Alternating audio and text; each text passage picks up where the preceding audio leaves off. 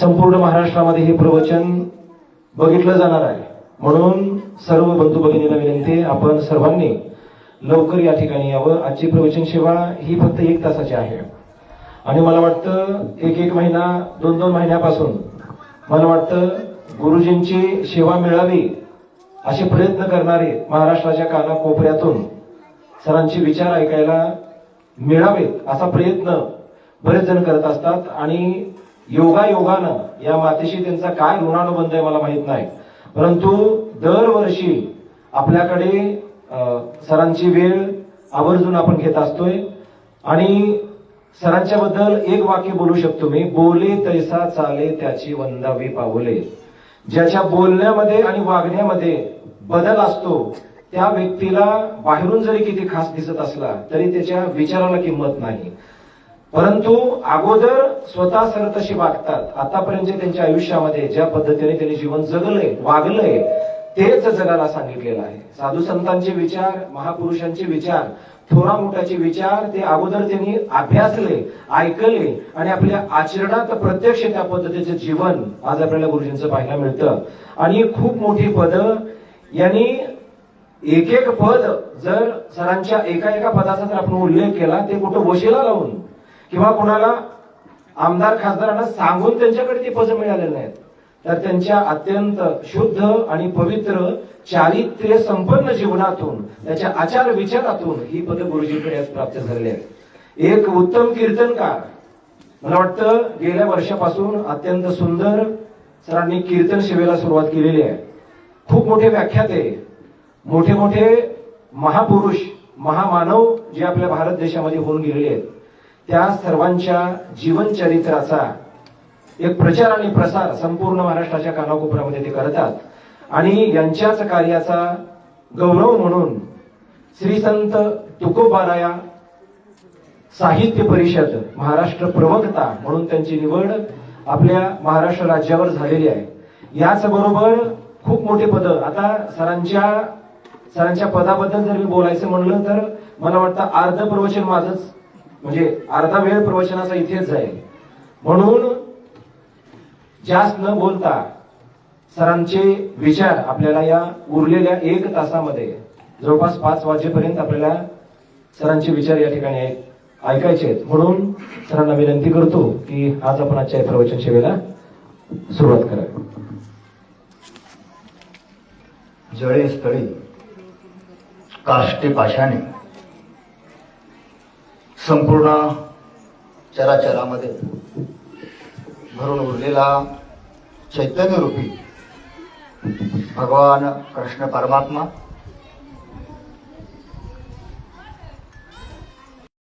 साधक रूपी अर्जुन,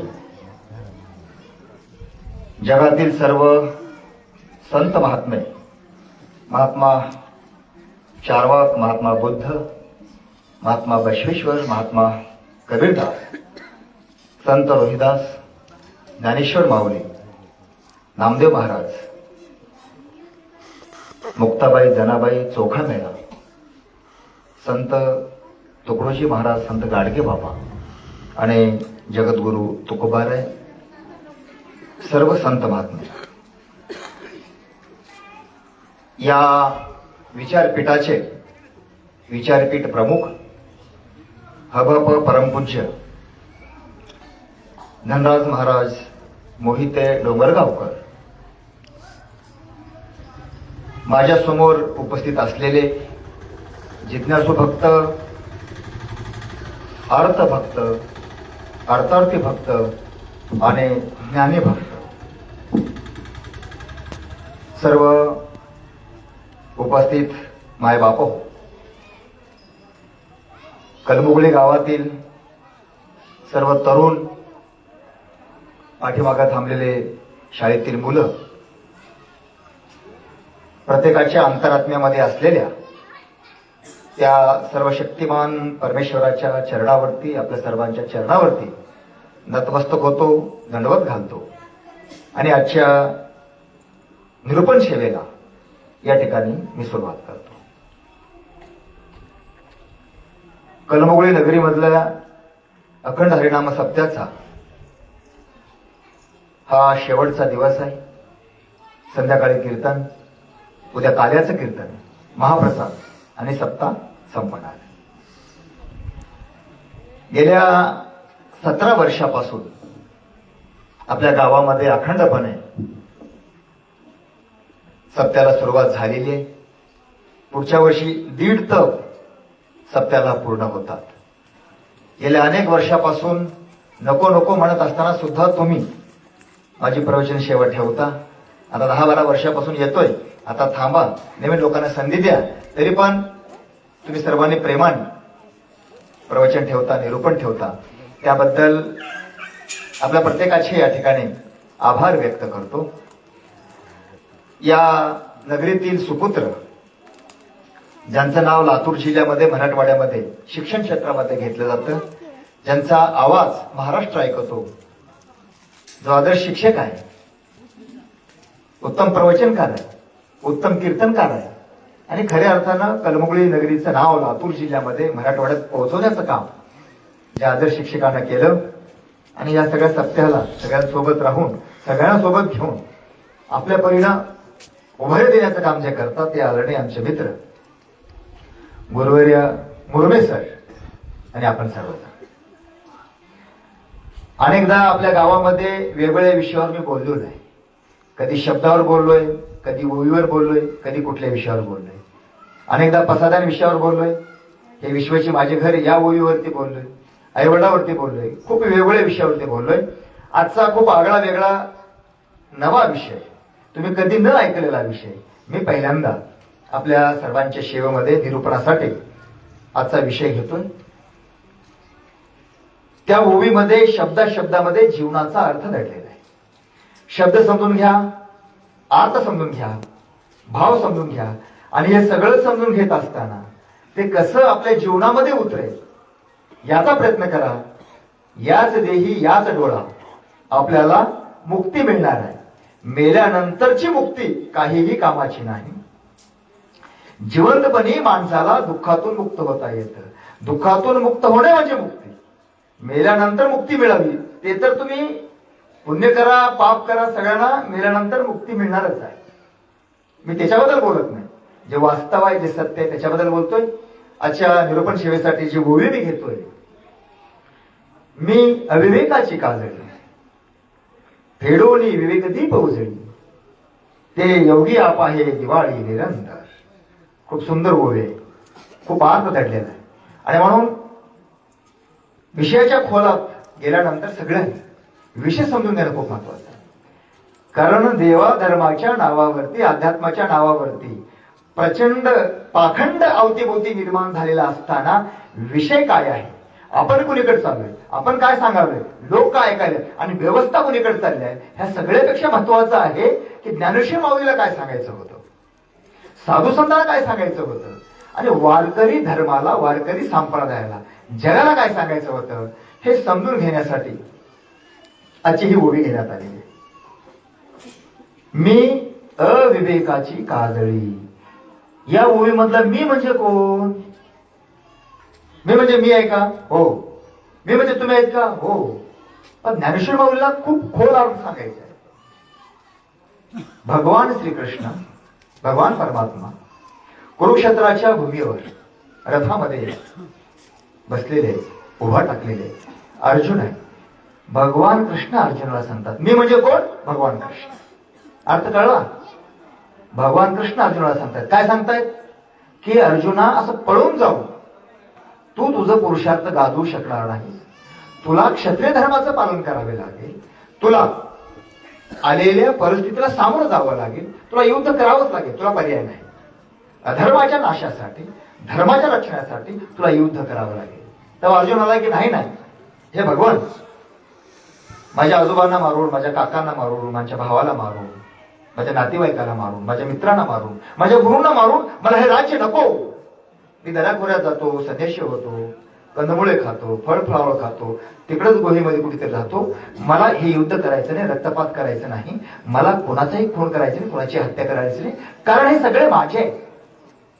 या मोहातून मुक्त करण्यासाठी भगवान कृष्ण अर्जुनाला म्हणतो, मी अविवेकाची काजळी.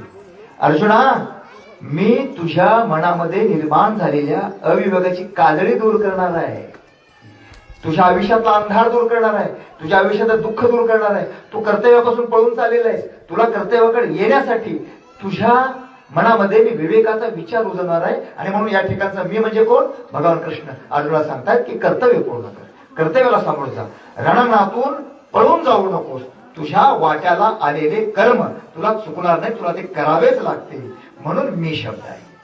बर, एवढा पुरता शब्द आहे का? ज्ञानेश्वर माऊली प्रज्ञा सूर्य होते, महान कवित्व असलेले व्यक्तिमत्व होतं, महान योगी होते, महान कर्मयोगी होते, महान भक्तियोगी होते, महान बुद्धियोगी होते, महान ज्ञानयोगी होते, महान सांख्ययोगी होते. जगातल्या सगळ्या योग्यांचा बाप म्हणजे ज्ञानेश्वर माऊली. ज्ञानेश्वर माऊली कोणाला सांगताय? श्रोते हो, तुमच्या मनातला अंधार मी दूर करणार आहे. तुमच्या विवेकावर अविवेकाची जी काजळी चढलेली आहे, ती काजळी मी दूर करणार आहे. माझे शब्द दूर करतील, माझ्या भावना दूर करतील, माझे विचार दूर करतील, माझ्या ओळख दूर करतील, माझ्या अभावे तुमच्या मनातला अंधार दूर करतील. पण ज्ञानेश्वर माऊली आम्हा तुम्हाला सांगावे. आणि ज्ञानेश्वर माऊलीला कोणी सांगितलं? ज्ञाना, तुला काहीतरी लिहावं लागेल, जगाला सांगावं लागेल, जगाचा उद्धार करावा लागेल. हे कोण सांगितलं होतं ज्ञानेश्वर माऊलीला? त्यांचे गुरुबंधू, त्यांचे वरिष्ठ बंधू कोण? निवृत्तीनाथाने सांगितलं. म्हणजे निवृत्तीनाथासाठी मी शब्द आहे, कृष्णासाठी मी शब्द आहे, ज्ञानेश्वर माऊलीसाठी मी शब्द आहे. इथपर्यंत या मी शब्दाचा अर्थ आहे. याच्या पुढे आता मी म्हणजे मी, प्रत्येक व्यक्तीच्या आत असलेला मी. मीचे दोन रूप आहेत.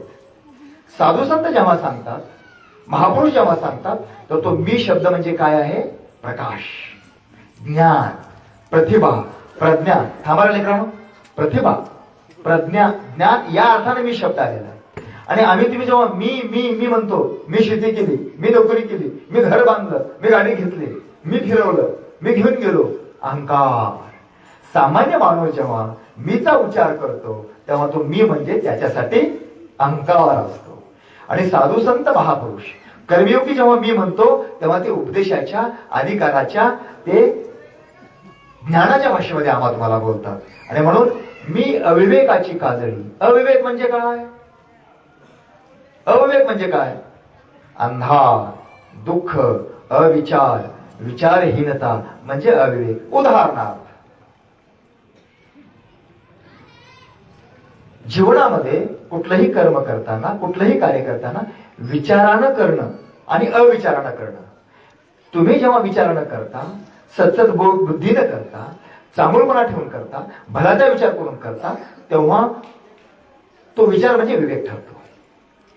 पण जेव्हा आंधळेपणानं विचार न करता, भल्या बुराच्या परिणामाची चिंता न करता, जेव्हा काय होईल ते होईल, काय होतंय अशा पद्धतीनं विचार न करता जेव्हा आपण कार्य करतो, कर्म करतो, तेव्हा ते कर्म काय होतं? अविवेकी होतं. उदाहरणार्थ, शेतकऱ्याचं भांडण लागले, दोघं सख्खे भाऊ आहेत. एक भाऊ म्हणतो माझा बंधारा इथून आहे, एक भाऊ म्हणतो नाही नाही माझा बंधारा अलीकडून आहे, तुझा बंधारा पलीकडे आहे. एक भाऊ दगड उचलतो, दुसरा भाऊ काठी उचलतो, दोघे एकमेकाच्या डोक्यात घालून घेतात, दोघे एकमेकाचे डोके फोडून घेतात. हा व्यवहार विवेकानं झाला का? विवेकानं झाला का? नाही, अविवेकाने झाला. आणि म्हणून मी अविवेकाची काजळी फेडूनी विवेक दीप उजळी, ते योगिया पाहे दिवाळी निरंतर. माय माऊल्यानो, आता विषय सुरू होत आहे. जोपर्यंत आपल्याला विवेक शब्दाचा अर्थ समजणार नाही, जोपर्यंत आपल्याला विवेक शब्दाची व्याख्या समजणार नाही, जोपर्यंत आपल्याला ज्ञानेश्वरीमध्ये ज्ञानेश्वर माऊलीने खूप सुंदर ओळीची रचना केलेली आहे. काय? सरली पै जैसे एक होऊन मिळाले असे, परी निवडून राजहंस वेगळे कीजे. ज्ञानेश्वर माऊली आम्हा तुम्हाला काय म्हणतात? कुठली उपमा देतात? राजहंसाची उपमा देतात. राजहंसाची. राजहंसाचा गुणधर्म काय आहे? राजहंसाचं वैशिष्ट्य काय? त्या राजहंसाला दूध एकत्र, पाणी एकत्र करून जरी दिलं तर राजहंस पक्षी काय करतो?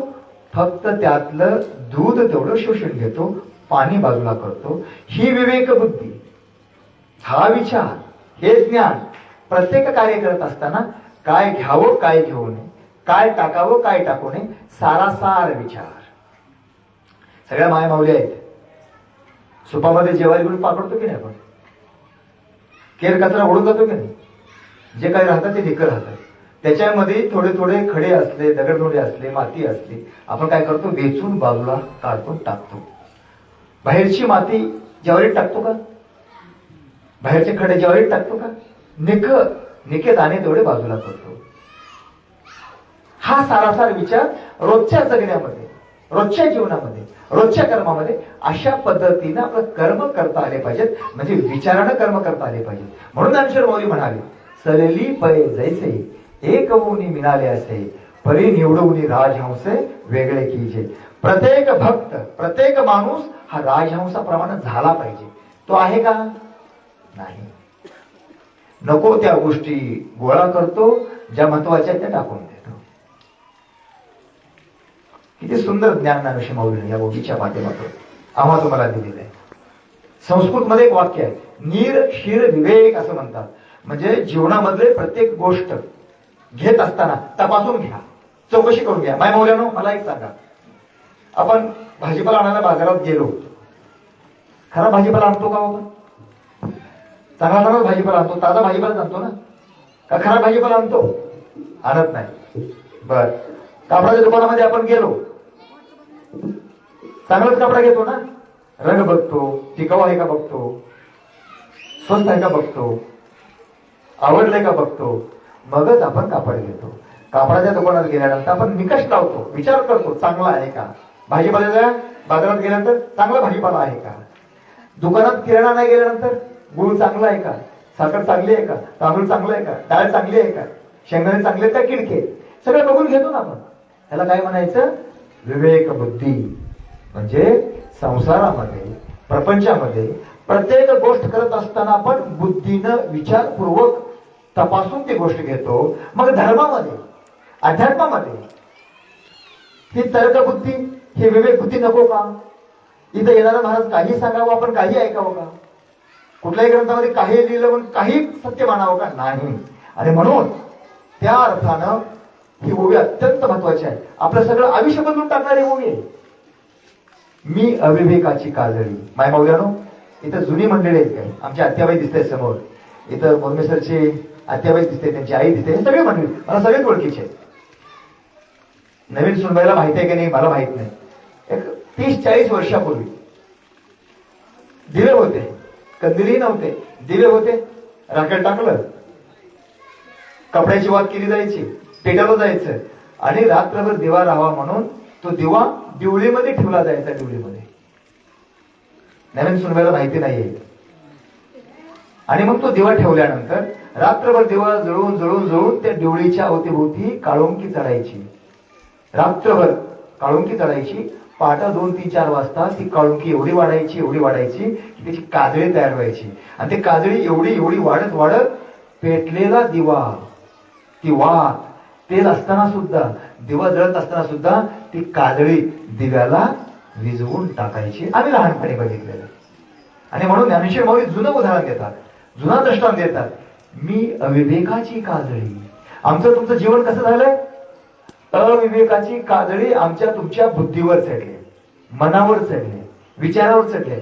त्याच्यामुळं आपल्याला प्रकाश दिसत नाही, अंधार दिसतोय, काळोख दिसतोय, सगळीकडे दुःखच दुःख दिसतंय, सगळीकडे ताण तणाव, सगळीकडे भांडणे, कलह, कुटुंबात कोणी कोणाला बोलायला तयार नाही, घरात 4 माणसं, सासूचं सुनेला जमत नाही, सुनाचं सासूला जमत नाही, घरात 3-4 भाऊ, भावाचं जमत नाही, वडिलाचं मुलाचं जमत नाही, मुलाचं वडिलाचं जमत नाही, नवरा बायकोचं जमत नाही. सगळीकडे दुःखाची काळोंकी चढलेली आहे, काजळी चढलेली आहे. आणि म्हणून ज्ञानेश्वर माऊली आम्हा तुम्हाला सावध करतात, सावध व्हा, सावध व्हा, आयुष्य खातो काळ सावधान. काय सावध व्हायचंय? अरे बाबा, जो दिवा लावलाय त्या दिव्यालाच त्या काजळीने विझवून टाकलंय. दिव्यात तेल आहे, वात पेटलेली आहे, दिवा चालू आहे, पण काजळी एवढी वाढली, एवढी वाढली, खाली आली, दिव्यावर टेकली, वातीवर टेकली, दिवा विझवून टाकली. आमचा तुमच्या आयुष्यामध्ये मरण येण्याच्या अगोदर ह्या जीवनाला जाणून न घेता मरण म्हणजे पाप आहे. ह्या जीवनाला, धर्माला, अध्यात्माला जाणून न घेता हे देह सोडून निघून जाणं म्हणजे नरक आहे. म्हणून ज्ञानेश्वर माऊली सावध करतात, विवेकी व्हा, बुद्धिमान व्हा, ज्ञानी व्हा, प्रत्येक गोष्ट जीवनामध्ये करत असताना विचार करून करा, आंधळेपणानं करू नका. आणि म्हणून मी सांगत होतो, विवेक शब्द समजून घ्या.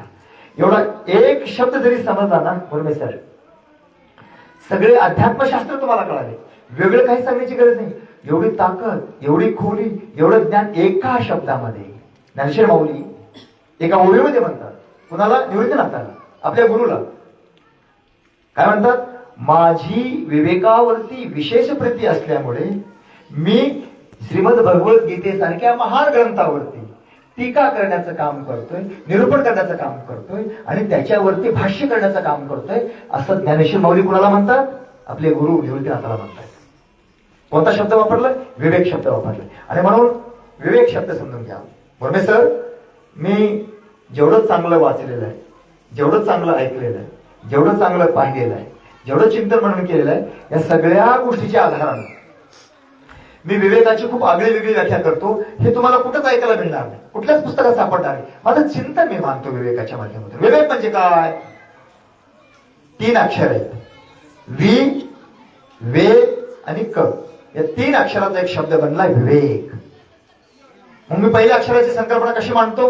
वि म्हणजे विचार, वे म्हणजे वेचणे, क म्हणजे कर्म. जीवनामधले कर्म करत असताना चांगले विचार वेचून घेणे, वाईट विचार टाकून देणे, सार जवळ करणे, आसार टाकून देणे आणि सगळं करत असताना शुद्ध विचाराने आपल्या जीवनाचे कर्म करायचं. असं कर्म म्हणजे विवेकपूर्ण कर्म, याला विवेक असं म्हणतात. बरं ठीक आहे.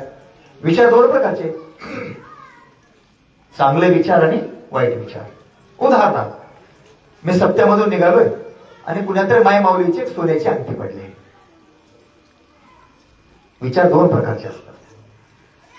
एक मन म्हणतं 1.25 लाख रुपये तोळा सोनं, 1.5 लाख रुपये तोळं सोनं होतं, घे उचल, घाल खिशात, चल घराकडे. आपण चोरलोय का? नाही. आपण माझ्या घरात जाऊन हात घालून घेतलोय का? नाही. सप्त्यामध्ये चौकात सापडलाय हो अंगठी कोणातरी माय माऊलीची, घ्यायला काय हरकत आहे? एक मन म्हणतं घे, काय हरकत नाही. दुसरं मन काय म्हणतं? नको बाबा, कोणातरी माय माऊलीने आपल्या लेकीला करण्यासाठी घाम गाळून, रुपये गोळा करून, कष्टानं पैसा गोळा करून हे अंगठी घेतला असेल.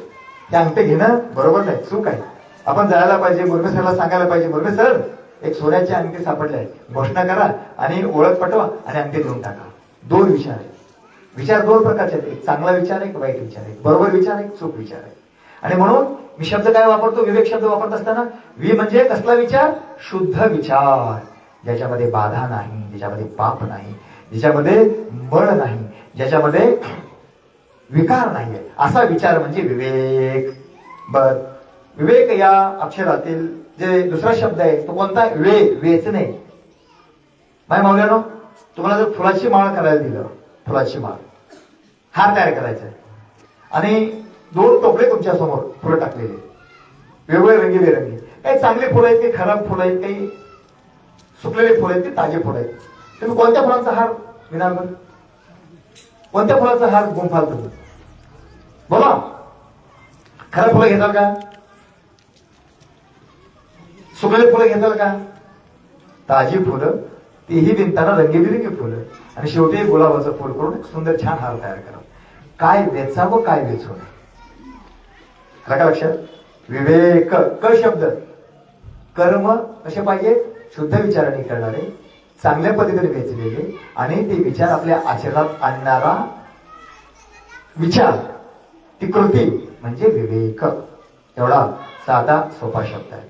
या शब्दाच्या आधाराने आपल्या विषयाला आपण पुढे घेऊन जाऊया. मी अविवेकाची काजळी. आमच्या तुमच्या आयुष्यातला विवेक जागृत ठेवला पाहिजे, अविवेक काढून टाकला पाहिजे. आता मूळ विषयाकडे मी येतोय. आज समाजात अवतीभोवती काय चाललंय माय माऊल्याला? आपण उघड्या डोळ्यांनी समाज वाचला पाहिजे. नुसते ग्रंथ वाचून जीवन कळत नाही, नुसते पुस्तकं वाचून जीवन कळत नाही, समाज कळत नाही, संसार कळत नाही, जग कळत नाही, जगदीश्वर कळत नाही. तर काय करावं लागेल? विवेक बुद्धीनं, डोळसपणानं जगाकडे पाहावं लागतं. अलीकडच्या जगामध्ये, समाजात, अवतीभोवती, संसारात, आमच्या तुमच्या समाजात काय चाललंय? छोटे छोटे उदाहरण आपण घेऊ. निलंग्याला एक खूप मोठे महाराज आले होते. खूप मोठं नाव आहे. प्रवचन झालं, 2-2.5 हजार लोक बसलेली आणि प्रवचन संपलेलं आहे आणि माय माऊल्या वारकरी भाविक उभा टाकलेत आणि महाराजांना दर्शनाला रांगा लावले, रांगाच रांगा लागलेली. गंमत कशी आहे, लोक येतात. आपल्याकडे एक म्हण आहे बघा, साधू संतांकडे जाताना कोणाच्या घरी जाताना रिकाम्या हाताने जाऊ नये, काहीतरी दान दक्षिण आपल्याला जेवढं घडेल तेवढं ठेवलं पाहिजे.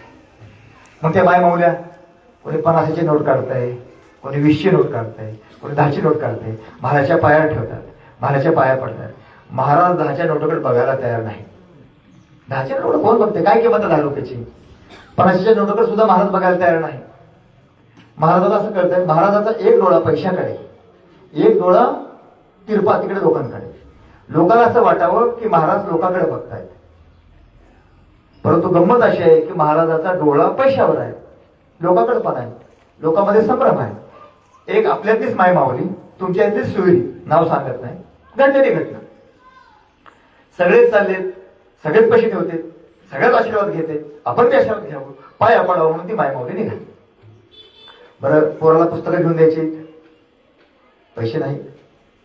एक पोरगा आजारी आहे, दवाखान्याला पैसे नाही. कपडे घ्यायचे, पोराला पिशवी घ्यायची आहे, बरं स्वतःला दवाखाना करायचे, 2-3 ऑपरेशन झालेले, पैसे नाही. जाऊ दे, पुण्याचं काम असते, देवाधर्माचं काम असते, देऊन टाकू म्हणून ती हळूच आपल्या पर्समधून 100 रुपयाची नोट काढते. महाराजच्या पुढे जाते, सगळेच नोटा ठेवतायत, ही नोट ठेवते, 100ची नोट ठेवते. महाराज असं बघतायत, 100ची नोट आहे, महाराजाचं काही लक्ष नाही, महाराज तिकडे बघतायत. ती बाई जरा खटाळच होती. महाराज दक्षिणा ठेवलाय बरं, आशीर्वाद द्या. महाराजांना आशीर्वाद दिला नाही. 100च्या नोटाला कोण आशीर्वाद देत आहे, दिला नाही महाराजांना आशीर्वाद.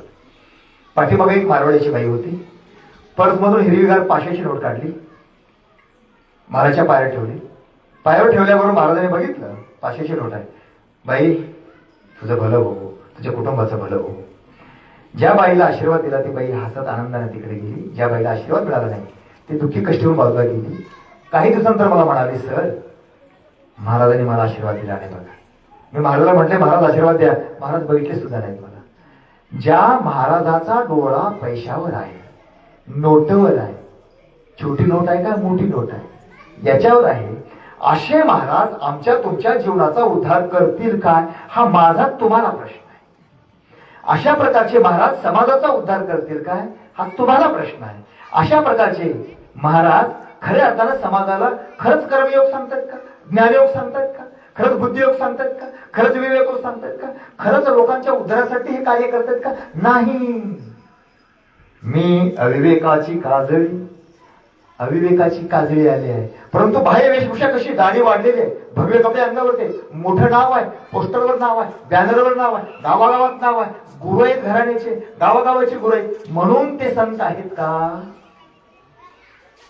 माना हलवा किंवा नाही म्हणा, संत कोणाला म्हणावं, संत कोणाला म्हणावं. जगाच्या कल्याणा संताची विभूती, देह कष्टवती परोपकारे. जगाच्या कल्याणासाठी, उद्धारासाठी आपलं संपूर्ण आयुष्य चंदनासारखं ते घासतात, सुगंधित करतात आणि अनेकांचं आयुष्य सुगंधित करतात आणि समाजाला खऱ्या अर्थानं गंधित करतात, देत राहतात, परोपकार करतात. तीच माणसं संत आहे. ज्यांचा डोळा पैशावर आहे, सोन्या चांदीवर आहे, ज्यांचा डोळा मानावर आहे, ज्यांचा डोळा बॅनरवर आहे, ज्यांचा डोळा आम्हाला मोठं म्हणण्यावर आहे, ती माणसं साधू संत असू शकत नाही. आणि म्हणून मी अविवेकाची काजळी, प्रत्येकाच्या डोक्यावर, बुद्धीवर, विवेकावर अज्ञानाची काजळी चढलेली आहे अर्जुना. आणि म्हणून अर्जुना, तुला तुझ्या जीवनाचा उद्धार करायचा असेल तर मी स्वतः सुद्धा निमित्त मात्र आहे. उद्धारे आत्मानाम अर्जुना, तुला तुझ्या जीवनाचा उद्धार करून घ्यायचा असेल तर तुला स्वतःलाच तुझा उद्धार करून घ्यावा लागेल. मी स्वतः सुद्धा निमित्त मात्र आहे. युद्ध तुलाच करावं लागेल. मी फक्त सारथ्य करतोय, मी सोबती नाही. म्हणून मायमावल्यानो, ही अविवेकाची काजळी जोपर्यंत संपून जाणार नाही, मिटणार नाही, तोपर्यंत आमच्या तुमच्या आयुष्यामध्ये, आमच्या तुमच्या जीवनामध्ये विवेक दीप उजळणार नाही आणि त्या प्रकाशामध्ये आपल्याला आपल्या जीवनाच्या वाटा सापडणार नाहीत. म्हणून विवेकाचा प्रकाश, विवेक दीप उजळी, ते योगिया पाहे दिवाळी निरंतर, फेडून या विवेकदीप उजळी. म्हणून विवेकवान व्हा, बुद्धिवान व्हा, ज्ञानी व्हा. स्वतःच्या बुद्धीनं स्वतःचा विचार करा. म्हणजे तुमच्या जीवनाचा उद्धार होईल. आपणच आपल्या जीवनाचे उद्धार करते आहोत. हे सगळ्याच साधू संतांना सांगितलेलं आहे. एक तुम्हाला दृष्टांत दिलं नाही मावळ्याने अलीकडे मध्य प्रदेश, उत्तर प्रदेश तिकडून खूप मोठे मोठे महाराज टीव्ही चॅनलवर येत आहेत. एक एक कोटी रुपये घेणारे, 50-50 लाख रुपये घेणारे हे लोक आपला देवधर्म सांगतायत. अरे तुमच्या अगोदर कैक पिढ्या आमच्या इथे ज्ञानोबा होऊन गेला. ते ज्ञानोबाने सांगितलेलं आम्हाला, मी अविवेकाची काजळी फिरवून विवेक दीप उजळी, ते योगी आप आहे दिवाळी निरंतर. ते ज्ञान वगैरे काही सांगत नाहीत, कर्मकांड सांगतात, पूजा अर्चा सांगतात, अज्ञानाच्या गोष्टी सांगतात, अंधश्रद्धा निर्माण करतात, आम्हाला तुम्हाला फसवतात. मी तुम्हाला शेकडो उदाहरणं देऊ शकतो, शेकडो उदाहरण. एक उदाहरण समोर ठेवतो. माझ्यासमोर गोविंद बोरमेस्तर आहेत, शिक्षक म्हणून काम करतायत. तुम्हाला सांगतो नाही मावल्यानो, एक खूप मोठा महाराज आहे. नांदेडला 32 लाख रुपये ठरले होते. गोरगरीब शेतकऱ्यांनी, शेतमजुरांनी, पर्यटकांनी, वेगवेगळ्या दुकानदारांनी, ऑटोवाल्यांनी, पानपट्टीवाल्यांनी थोडी थोडी पट्टी गोळा करून आपल्या गावामध्ये त्या महाराजाला बोलवलं. 30 लाखात जमा झाले. महाराज म्हणाले 32 लाख ठरले. 32 लाख असतील तरच येतो, तर येत नाही.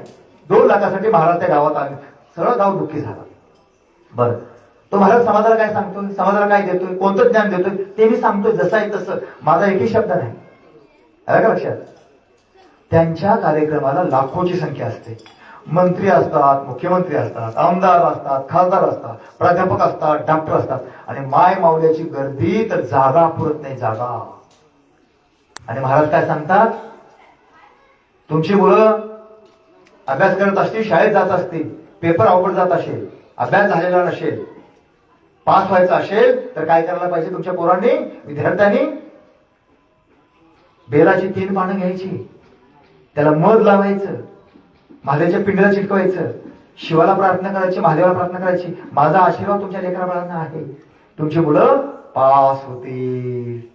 अभ्यास न करता, परीक्षा न देता, पेपर अवघड जाताना पोरं पास कशी होतील? होणार नाही. असं ज्ञान देणारा माणूस 1-1 कोटी रुपये घेऊन जातो. पंढरपूरमध्ये 1 कोटी घेतले 7 दिवसाच्या सत्यासाठी. हे ज्ञान दिलं. आणि काय सांगतात, नवरा बायकोचे भांडणे होतात का?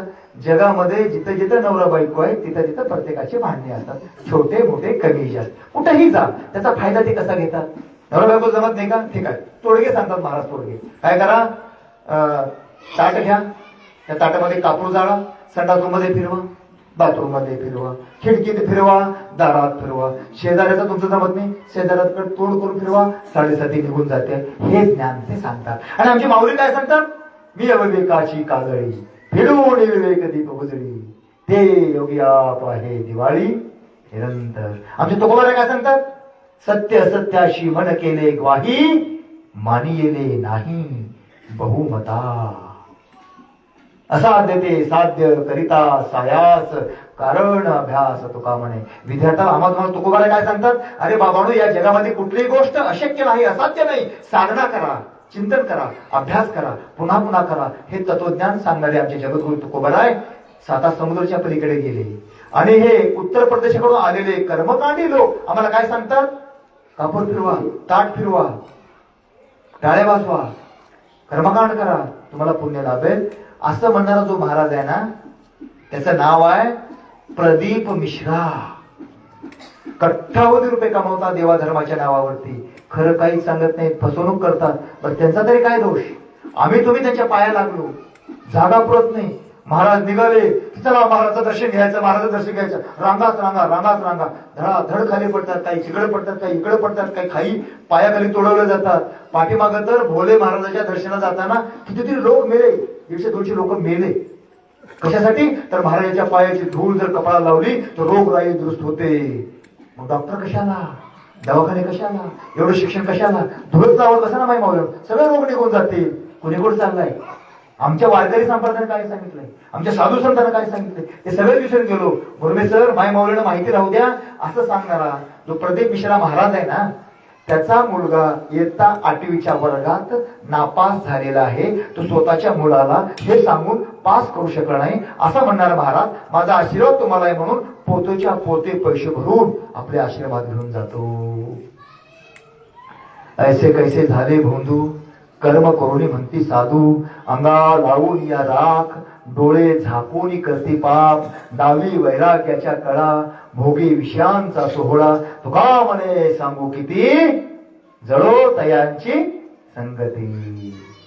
एकीकडे तुकाराम महाराज असं सांगतात, आपल्याकडच्या बऱ्याच मायमाऊल्या मूळ होत नाही म्हणून उत्तर प्रदेशामध्ये मिश्रा महाराजाच्या, अनुराचार्य महाराजाच्या दर्शनाला गेले होते. तिथं बाजूला खारीकवाले बाबा बसलेले होते.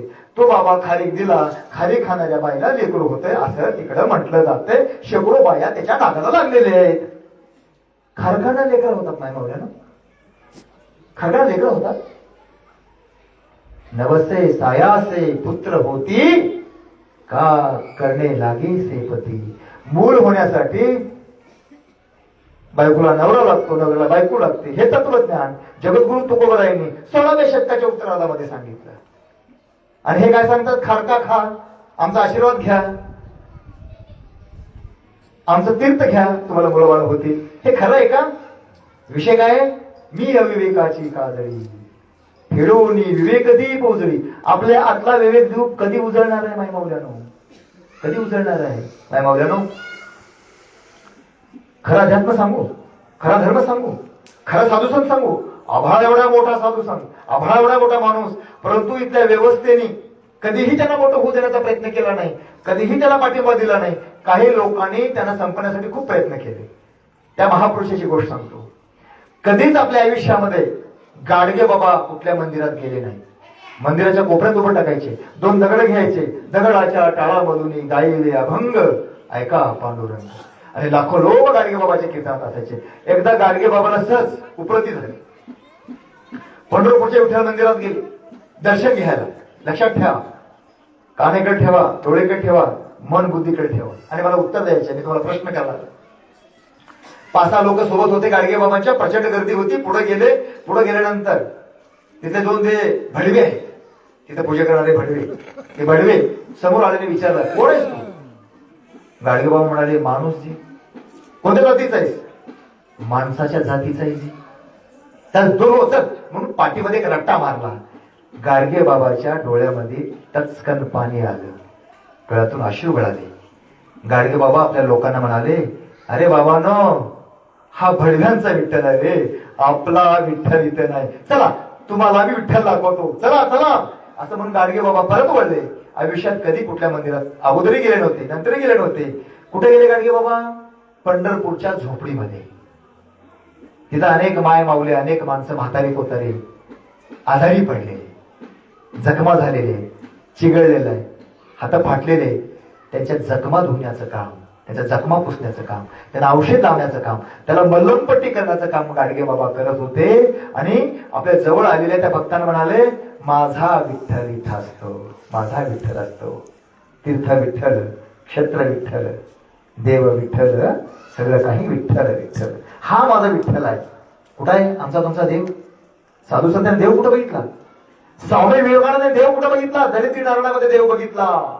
त्यांना माहिती आहे देव इकडे तिकडे कुठे नाही, देव माणसाच्या हृदयामध्ये असतो. देव प्रत्येकाच्या चेतनेमध्ये असतो, प्रत्येक जीवाच्या भूतदयेमध्ये देव असतो. जे जे देखे भूत तेथे माने जे भगवंत, हा भक्तियोग निश्चित जाण माझा. ज्ञानेश्वर माऊली प्रमाण देत आहेत, प्रमाण. आमचे तुकोबाराय काय म्हणाले? जे का रंजले गांजले त्याशी म्हणे जो आपुले, तुझी साधू ओळखावा देव तेथे ती जाणावा. तुकोबाचा देव कुठे आहे? माणसाच्या हृदयात आहे, दुःखितांच्या ठाई आहे, आडल्या गडल्याच्या ठिकाणी आहे. आणि म्हणून माय माऊल्यानो हा देव समजून घ्या. मला बरं वाटतंय की आज महिलांची संख्या खूप चांगली आहे. चमत्कार, जादूटोना, रिद्धी मंत्रतंत्र, गंडे तंडे, दोरे, इवित गंध यांनी माखलेल्या सगळ्या साधू संतांच्या जगामध्ये ज्ञानेश्वर माऊली एकाच ओळीमध्ये आमच्या तुमच्या आयुष्याचा उद्धार करून जातात. मी अविवेकाची काजळी, फेडून विवेक ती पोहोचली. ते येऊया पाहे दिवाळी निरंतर. आयुष्यामध्ये दिवाळी यावं असं वाटत असेल आणि अखंडपणे आनंद घ्यावा असं वाटत असेल तर जिवंतपणी हा आनंद, हा आनंदाचा झरा आपल्याला आपल्या हृदयामध्ये घेता येऊ शकतो. तो कसा? ते समजून घ्या माय मौल्यानो, ते समजून घ्या. काय सांगतात साधू संत? माय मौल्यानो तुमच्यासाठी एक दृष्टांत देणार आहे. कलमुळी सारखं एक गाव आहे. असाच एक गावात भक्त आहे, कीर्तन करतो, भजन पूजन करतो, प्रवचन करतो, सत्संग करतो. गावातल्या लोकांनी म्हटलं चला हा तर आहेच, गुणगुण तर कधीही आपलेच आहेत. चला, बाहेरचा महात्मा आणू, बाहेरचा संत आणू. म्हणून एका बाहेर गावचा आहे, एका महाराजाला गावात बोलवले. महाराज आले, छान प्रवचन केले. लोकांनी माना डोळवल्या, मस्त टाळ्या वाजवत सगळे घराकडे निघून गेले. सगळ्यांना खूप आवडलं. पण गावात भजन पूजन करणारा, कीर्तन करणारा, प्रवचन करणाऱ्या त्या संतांचं मात्र मन दुखवलं. मी असताना बाहेरचा कशाला, मी आहे की एवढं वर्ष केलो की ते पाण्यात गेलं का माझं, त्याचा अहंकार दुखावला. परत दुसऱ्या दिवशी तो परगावचा महाराज आला, परत प्रवचनाला सुरुवात झाली. याचा अहंकार काही गप्प बसू देत नव्हता. तो सभेमध्ये उभं टाकला आणि म्हणाला, महाराज तुम्हाला 36 सूक्त माहिती आहेत का वेदामधले? त्या 36 सूक्ताचा अर्थ सांगा बरं. महाराज घाबरून गेला, महाराज घाम सुटला. ते काही माहित नव्हतं. ते म्हणाले, मला सूक्त माहित नाही, मला अर्थ माहित नाही, तुम्ही या, तुम्ही लोकांना सांगा. मी खाली बसतो. ते महाराज उठले, खाली बसले. खाली बसलेला महाराज वरी आला, 36 सूक्ताचा सुंदर अर्थ सांगितला. संस्कृत ओळी सांगितल्या, ते संस्कृत श्लोक सांगितले, वचनं सांगितली आणि त्याचा अर्थ सांगितला. सगळं पाठ केलं. तो बसला इथे आणि खाली बसलेला तो परगावचा संत म्हणाला की तुम्ही खरंच महान आहात, मोठे आहात, ज्ञानी आहात. आजपासून तुम्ही माझे गुरु, मी तुमचा शिष्य होतो. पण माझी एक विनंती आहे महाराज, तुम्ही एवढे ज्ञानी आहेत, एवढे मोठे आहेत, तुमच्या डोक्याचं एक केस मला द्या. ते केस मी घेईन, देवाऱ्यावर ठेवीन, रोज पूजा करेन. असं केल्यानं निश्चितच माझ्या घरामध्ये सुख समाधान नांदणार आहे, सुख येणार आहे. एवढी कृपा करा, काय हरकत नाही. त्याने एक केस उपटला, महाराजांना दिला. महाराजांनी घेतला, कागदामध्ये कपड्यामध्ये गुंडाळून ठेवला. 2-3 हजार लोक त्या कार्यक्रमाला होते. तो खाली बसलेला महाराज म्हणाला की महाराज खरंच तुम्हाला रिद्धी सिद्धी प्राप्त आहे, तुम्ही दैवी आहे, तुम्हाला दैवी गुण प्राप्त झालेला आहे, तुम्ही चमत्कारी महापुरुष आहात. खरंच तुमचा केस ठेवल्यानं माझ्या जीवनाचं कल्याण होणार आहे. आणि ते लोकांना सांगू लागले, बघा बघा खूप मोठा महात्मा आहे, त्याचं केस देवाऱ्यावर ठेवलं तर आपल्या कुटुंबाचा उद्धार होणार आहे. आणि काय बघता, 3-3.5 हजार लोकांची गर्दी आहे. 1000-1500 लोक स्टेजवर आले. आणि काय सुरू झालं पुढे तर सांगायची गरज नाही. केस उपटायला सुरुवात केली डोक्याची. मला पाहिजे, तुला पाहिजे, मला पाहिजे, तुला पाहिजे. इकडून माय मावले, इकडून पुरुष मंडळी. डोक्याचे बघता बघता सगळे केस उपटून झाले. डोक्यातून रक्त निघायला लागलं, थेंब पदरायला लागले. महाराज कासावीस झाला, मरण्यातना भोगाव्या लागलेल्या. बरं 500-600 लोकांना केस मिळाले. सगळे विचार करू लागले की आता देवाऱ्यावर ठेवायचं, पूजा अर्चा करायचं, मस्तपैकी आपलं घर आता सुखी होणार आहे. गंमत बघा, ज्यांना केस मिळाले नाही ते दुसरी टोळी नंतर पुढे आली. काही पुरुष, काही महिला मंडळी. आता डोक्यावर सगळे केस संपलेले. चला दाढी उपसा. दाढीचे एक एक एक एक एक उपसा. बघता बघता दाढीचे सगळे केस उपसून झाले. इथून सुद्धा रक्ताचा पाझर सुटला. आता बरेच लोक राहिले होते ना कोपऱ्यात लांब राहिलेले. आता काय करायचं? ते म्हणले चल अजून कुठं काही केस शिल्लक आहेत का बघू. म्हणून मिशील आहेत ना केस, चला मिशीचे केस उपटायला सुरुवात केली. सगळे केस संपले. पण काही खोडी लोक असतात गावातले, तरुण पोरं असतात. अजून नाकातले केस आहेत, नाकातले 4-5 केस उपसा. नाकातले बी केस उपटून झाले. कानावर केस असतात काही लोकांच्या, कानावरचे बी केस उपसून झाले. माय माऊल्यांनो, अशा कर्मकांडाच्या, अशा पाखंडाच्या, अशा अविवेकी गोष्टींच्या पाठीमाग लागू नका. अशा कुठल्याही खोट्या पूजा अर्चेमध्ये आपल्या जीवनाचा उद्धार नाही. उद्धार कशामध्ये? बुद्धीनं विचार करू, विवेकाने विचार करू आपण आपलं जीवन जगलं पाहिजे. आणि म्हणून खरे साधू संत, त्यांचा विचार, त्यांचं जीवन चरित्र प्रत्येक माय माऊलीनं वाचलं पाहिजे. एकदा काय झालं, शाळा भरलेली होती आणि गुरुजीने एका मुलाला मारलेलं होतं. पोराने डावा धरला. पोरगा हुशार होता पण जर नटकत होतं, आगाव होतं, उठाटप्पू होतं. त्या पोराने काय विचार केला, चला गुरुजीला चांगली आदर घडू, गुरुजी रोज मला मारतायत. म्हणून तो 4थीच्या वर्गामध्ये बसलेला मुलगा पाठीमागून पलीकडे गेला. एका झाडावरचा एक पक्षी पकडला आणि पक्षी पकडून वर्गामध्ये आला. वर्ग चालू होता, गुरुजी शिकवत होते, मुलं ऐकत होते. मुलाने प्रश्न केला, गुरुजी माझ्या प्रश्नाचं उत्तर द्या. गुरुजी म्हणला, काय तुझा प्रश्न? माझ्या हातामध्ये जो पक्षी आहे तो पक्षी जिवंत आहे की मेलेला आहे हे सांगायचं आहे. तुम्ही हारलात तर तुम्ही मला माफी मागायची आणि मी हारलो तर मी तुमची माफी मागतो. तुम्ही खरेच ज्ञानी आहेत का? खरेच हुशार आहेत का? खरेच प्रतिभावान आहात का? खरंच तुम्ही खऱ्या अर्थानं बुद्धिवान आहात का? तर माझ्या प्रश्नाचं उत्तर द्या की माझ्या कुटीमध्ये जो पक्षी आहे तो जिवंत आहे का मेलेला आहे? गुरुजी होते. गुरुजीने विचार केला, जर मी पक्षी जिवंत आहे असं जर म्हणलो आणि पोरानं मुठीमधला पक्षी मारला आणि मेलेला दाखवला तर आपण हारणार. आणि पक्षी जिवंत आहे असं जर मी म्हटलं तर तो मारेल आणि मेलेला आहे म्हटलं तर जिवंत दाखवेल. आता काय करायचं? गुरुजी सुद्धा पुस्तकात पडले. पोरगं हुशार होतं, भेरके होतं. गुरुजीने विचार केला, म्हटलं बाळा तुझ्या हातामध्ये असलेला पक्षी जिवंत आहे का मेलेला आहे हे मला माहित नाही, परंतु एक गोष्ट नक्की मला माहिती आहे की तुझ्या मुठीमध्ये असलेल्या त्या पक्षाला जिवंत ठेवायचं की त्याला मारायचं हे मात्र पूर्णपणे तुझ्या हातामध्ये आहे. हे जीवन कुणाच्या हातामध्ये आहे? माझ्या जीवनातले सुख दुःख, माझ्या जीवनाचा उद्धार, माझ्या जीवनाला चांगल्या वळणावर घेऊन जायचं का वाईट वळणावर घेऊन जायचं हे कुणाच्या हातात आहे? ते कुणाच्या हातात नाही, हे सर्वस्वी माझ्या हातात आहे, माझ्या विवेक बुद्धीच्या हातामध्ये आहे. म्हणून माई मावळ्यांनो, महाभारतातलं प्रतीक समजून घ्या. कुरुक्षेत्राची भूमी आहे, एकीकडे पांडव आहे, एकीकडे कौरव आहे. दोघांच्या मध्ये युद्धभूमीच्या मध्यभागी भगवान कृष्ण आलेल्या रथामध्ये बसून रथाचं सारथ्य करतोय. एकीकडे पांडव, एकीकडे कौरव. पांडव म्हणजे कोण? सद्गुण. माझ्या अंगी असलेले, तुमच्या अंगी असलेले जे काही 4, 5, 10 चांगले गुण आहेत, ते चांगले गुण, ते सद्गुण म्हणजे पांडव. आणि जे विकार आहेत 100च्या आसपास, ते विकार म्हणजे कोण? ते कौरव आहे. सद्गुण आणि दुर्गुण, कौरव आणि पांडव यांच्यामध्ये कृष्ण उभा टाकलेला आहे. हा मध्ये उभा टाकलेला कृष्ण कोण आहे? आमच्या तुमच्या आत असलेली अंतरात्म्यातली ती बुद्धी, तो विवेक म्हणजे कृष्ण आहे. हा रथ संसाराचा, जगण्याचा, जीवनाचा इकडे घेऊन जायचे का इकडे घेऊन जायचे का इकडे घेऊन जायचे हे कुणाला ठरवायचे? असा मोकळं ठरवायचे का? राम राहिला ठरवायचे का? राधे मला ठरवायचे का? कुणाला ठरवायचे? अनुमताचार्य ठरवायचे का? या देहाचा रथ कुणीकडे घेऊन जायचंय कुणाला ठरवायचे? स्वतःला ठरवायचे. इकडे गेलं तर खड्डा आहे, रथ पडणार आहे, आपण संपणार. इकडे गेलं तर चांगला रस्ता आहे, पण आपल्या देहापर्यंत पोहोचणार आहोत. आणि म्हणून माई माऊल्यानो, या विवेक बुद्धीलाच कृष्ण म्हणावं, राम म्हणावं. हा आतला आवाज आहे. माई माऊल्यानो, मला एक सांगा, उठता बसता खाता पिता एक मधून आवाज येतो बघा. चांगलं काय, वाईट काय, चूक काय, बरोबर काय, काय करावं, काय करू नये, हे सांगणारं जे मन आहे ना, ते मन म्हणजेच कृष्ण राम आहे, तोच विठ्ठल आहे. लक्षात आलं का तुमच्या? त्याच्या आधारानं जीवनाचे निर्णय घेऊन रस्ता चालत राहायचं. एक दिवस निश्चितच याच देही याच डोळा आपण मुक्तीला प्राप्त होणार आहोत. मेल्यानंतरचा स्वर्ग खोटा आहे, मेल्यानंतरचं नरक खोटं आहे. जे काय आहे ते जिवंतपणे. जेव्हा जेव्हा आपण दुःखामध्ये असतो तो दुःख म्हणजे नरक आहे, जेव्हा जेव्हा आपण आनंदामध्ये असतो ते आनंद म्हणजेच स्वर्ग आहे. स्वर्ग नरक सगळ्यात मोठ्या कल्पना आहे.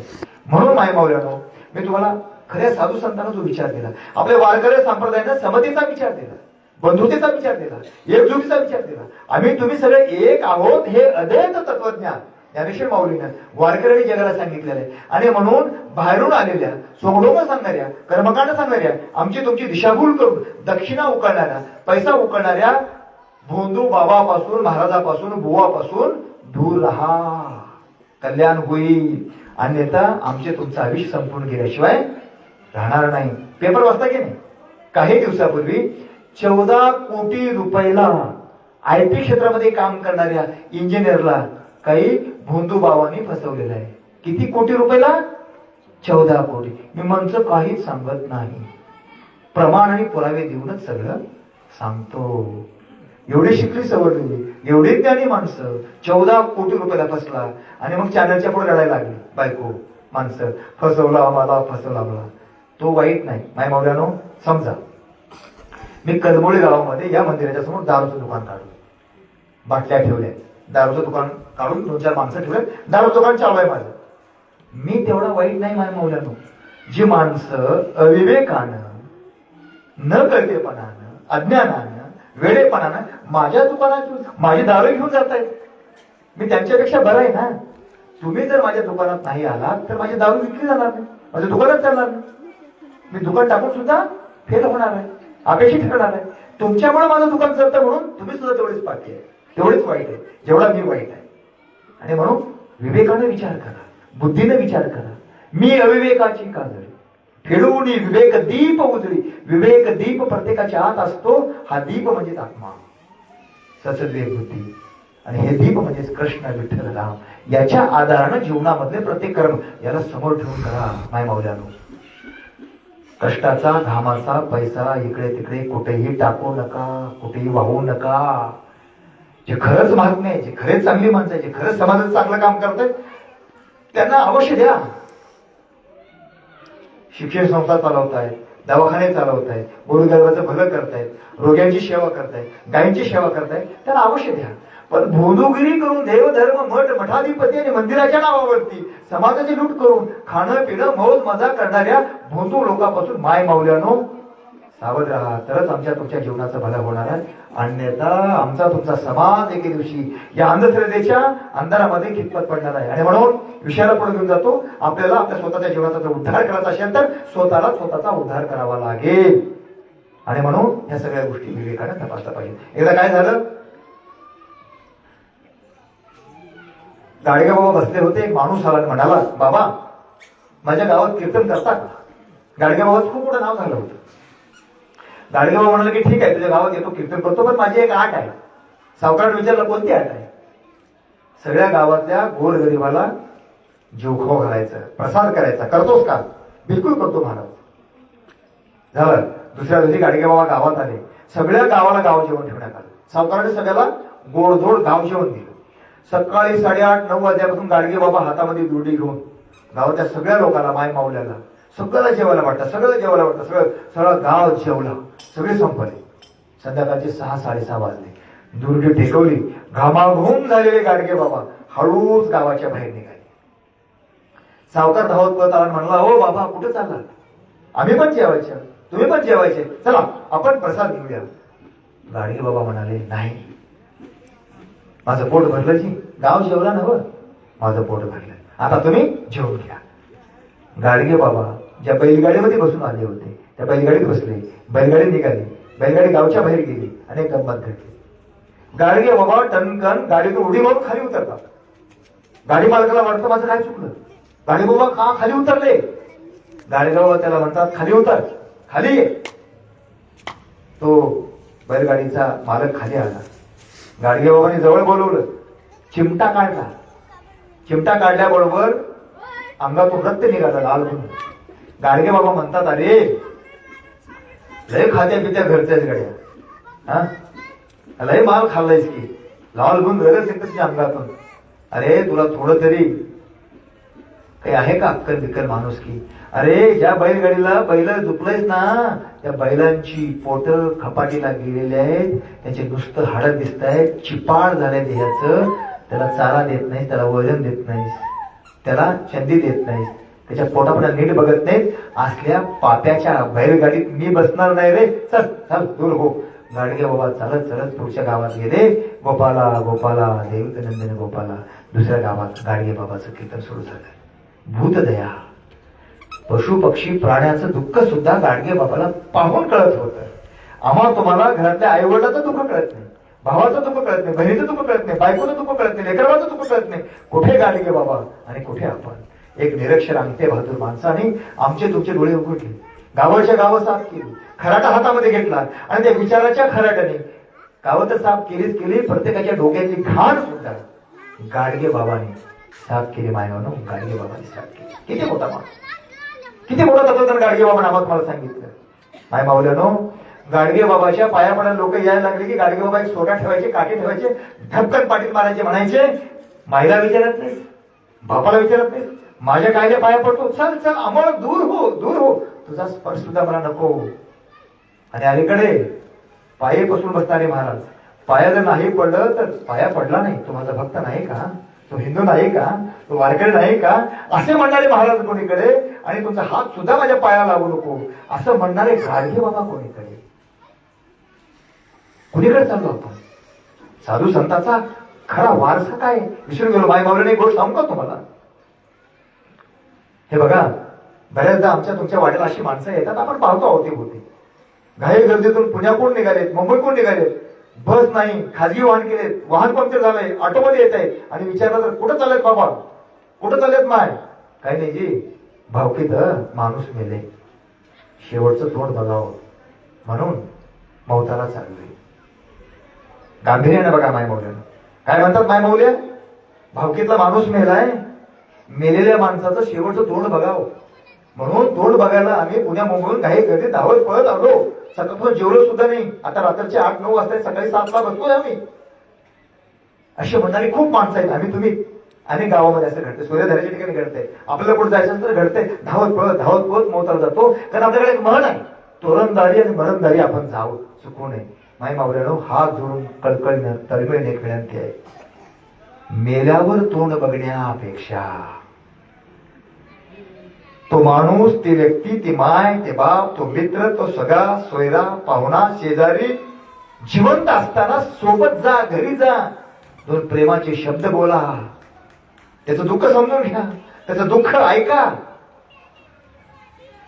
त्याला विचारा काय अडचण आहे, काय दुःख आहे, काही मदत करू का, दवाखान्यात जायचंय का, काही माझ्याकडून मदत हवी आहे का, हे घ्या मदत. एवढं जर तुम्ही करू शकलो ना, मेल्यावर त्याच्या भोवताला नाही गेलं तरी काही फरक पडत नाही. अहो भावभावकीमध्ये बघा हो, आमच्या तुमच्या घरात काय चाललंय, अवतीभोवती काय चाललंय. ज्ञानेश्वर माऊली काय सांगतात, हे विश्वची माझे घर, ऐसी मती दयाची स्थिर, किंबहुना चराचर आपण झाला. हे सगळं जग घर आहे, आपण सगळे भावंड आहोत. हे तत्वज्ञान सांगते ज्ञानेश्वर माऊली कुणीकडे. माझ्याच घरामध्ये माझ्या आईचं जमत नाही, भावाचं जमत नाही, सासू सुनाचं जमत नाही, सुनाचं सासू जमत नाही. चौघाचे 4 तोंड, पूर्व पश्चिम दक्षिण उत्तरेकडे, कोणी कुणाला बोलायला तयार नाही. आणि हरिपाठ म्हणायचा सगळ्यात अगोदर, हरिमुखे म्हणा, हरिमुखे म्हणा, पुण्याची गणना कोण करी. काय करायची पुण्याची गणना करून, अवघाची संसार सुखाचा करीन, आनंदे भरीन तिन्ही लोक. अरे घर आणि संसार नरक झाले, भजनात कीर्तनात म्हणून काय उपयोगाचं, माझ्या जीवनात ते उतरलंच नाही, त्याचं काय करायचं माय मुलांना. म्हणून भावभावकीतल्या मंडळींना, सगळ्याच सोऱ्याधऱ्यांना, सगळ्याच माय माऊलींना एक विनंती आहे. बघा भावभावकीमध्ये बंधाऱ्याचं भांडण, शेताचं भांडण, पिढ्यानपिढ्या डोके फोडून घेतात, नालीचं भांडण, दरवाजाचं भांडण, भीतीचं भांडण, पाठभीतीचं भांडण. आणि काय चाललंय काय, मला आहेर केलं नाही, त्याला आहेर केला, त्याला जवळचा होता का, मी जवळचा होतो. साधी साडी केली, भारी साडी तिला केली, मला साधी साडी केली. मला लग्नात अपमानच केला, मला येच म्हटलं नाही, मला बसच म्हटलं नाही, चहा सुद्धा ते म्हटलं नाही घासतो हिरा. ह्याच केर कचऱ्यात अडकून पडला आमचं तुमचं आयुष्य. माय माऊल्यानो, माय माऊल्यानो, महिलांची संख्या खूप मोठी आहे, महिलांमध्ये खूप मोठी शक्ती आहे. जिच्या हाती पाळण्याची दोरी, ती जगाचा उद्धार करू शकते. राष्ट्रमाता, राजमाता मा जिजाऊ साहेबांनं आमचा तुमच्या सगळ्याचा उद्धार केला. छत्रपती शिवराय घडवले, संभाजीराजे घडवले, संस्काराचं विद्यापीठ आणि कार्यशाळा आमच्या आयुष्यामध्ये निर्माण केली. एका जिजाऊनं हिंद स्वराज्याचं स्वप्न पाहिलं आणि त्याच्या मुलाने ते स्वप्न पूर्ण केलं. आणि जगामध्ये जोपर्यंत चंद्र सूर्य तारे आहेत, तोपर्यंत एक आदर्श लोककल्याणकारी राज्य छत्रपती शिवाजी महाराजांना आईने दिलेल्या सुसंस्काराच्या बळावरती या मातीमध्ये ते राज्य निर्माण केलं. ही महिलांची ताकद आहे, ही स्त्रियांची ताकद आहे. आणि म्हणून महिलांनो, आंधळ बनू नका, डोळस बना, विचारी बना. कुणाही भोंदूगिरी करणाऱ्या साधू संतांच्या पाठीमागे लागू नका. खरे जे साधू संत आहेत त्यांच्या पाठीमागे लागा. ज्ञानेश्वर कमी आहे का, तुकोबा कमी आहे का, नामदेव कमी आहे का, गोरा गोबर कमी आहे का, नरहरी सोनार कमी आहे का, सोनार शेणा नामी कमी आहे का, मुक्ताबाई कमी आहे का, जनाबाई कमी आहे का, चोखामेळा कमी आहे का, ऊस डोंगा परी रस नव्हे डोंगा, काय बोलला शिवरी त्या रंगा. गाडगे बाबा कमी आहे का, तुकडोजी महाराज कमी आहे का, सांगा माय माऊल्या. जगद्गुरु तुकोबा कमी आहेत का. मग इकडं तिकडं गाव सोडून, घर सोडून, उत्तर प्रदेश, मध्य प्रदेश, तिकडे तामिळनाडू, तिकडे तिरुपती, कुठेही भडकायची गायची गरज नाहीये. कुठे शोधेशी काशी अडतू, कुठे शोधेशी रामेश्वरी, हृदयातला भगवंत राहिला उपाशी. तो आत उपाशी आहे आणि आपण भटकत राहिलो, कधीही सुख मिळणार नाही, कधीही समाधान मिळणार नाही. विवेक बुद्धीने जगा, विवेक बुद्धीने बघा, चांगले बना, चारित्र्याळ बना, कृतीत उतरावा देव धर्म चांगुलपणा, तर जीवनाचं कल्याण होणार आहे. अन्यथा आमच्या तुमच्या जीवनाचं कधीच कल्याण होणार नाही. मेल्यावर भावकीतले माणसं एक होतात. काका मेलाय, आजोबा मेलाय, भाऊ मेलाय, नातू मेलाय, चला चला चला सगळे भावकी एक होतात. पण बंधाऱ्याचं भांडणं सोडवताना भावकी एक होत नाही.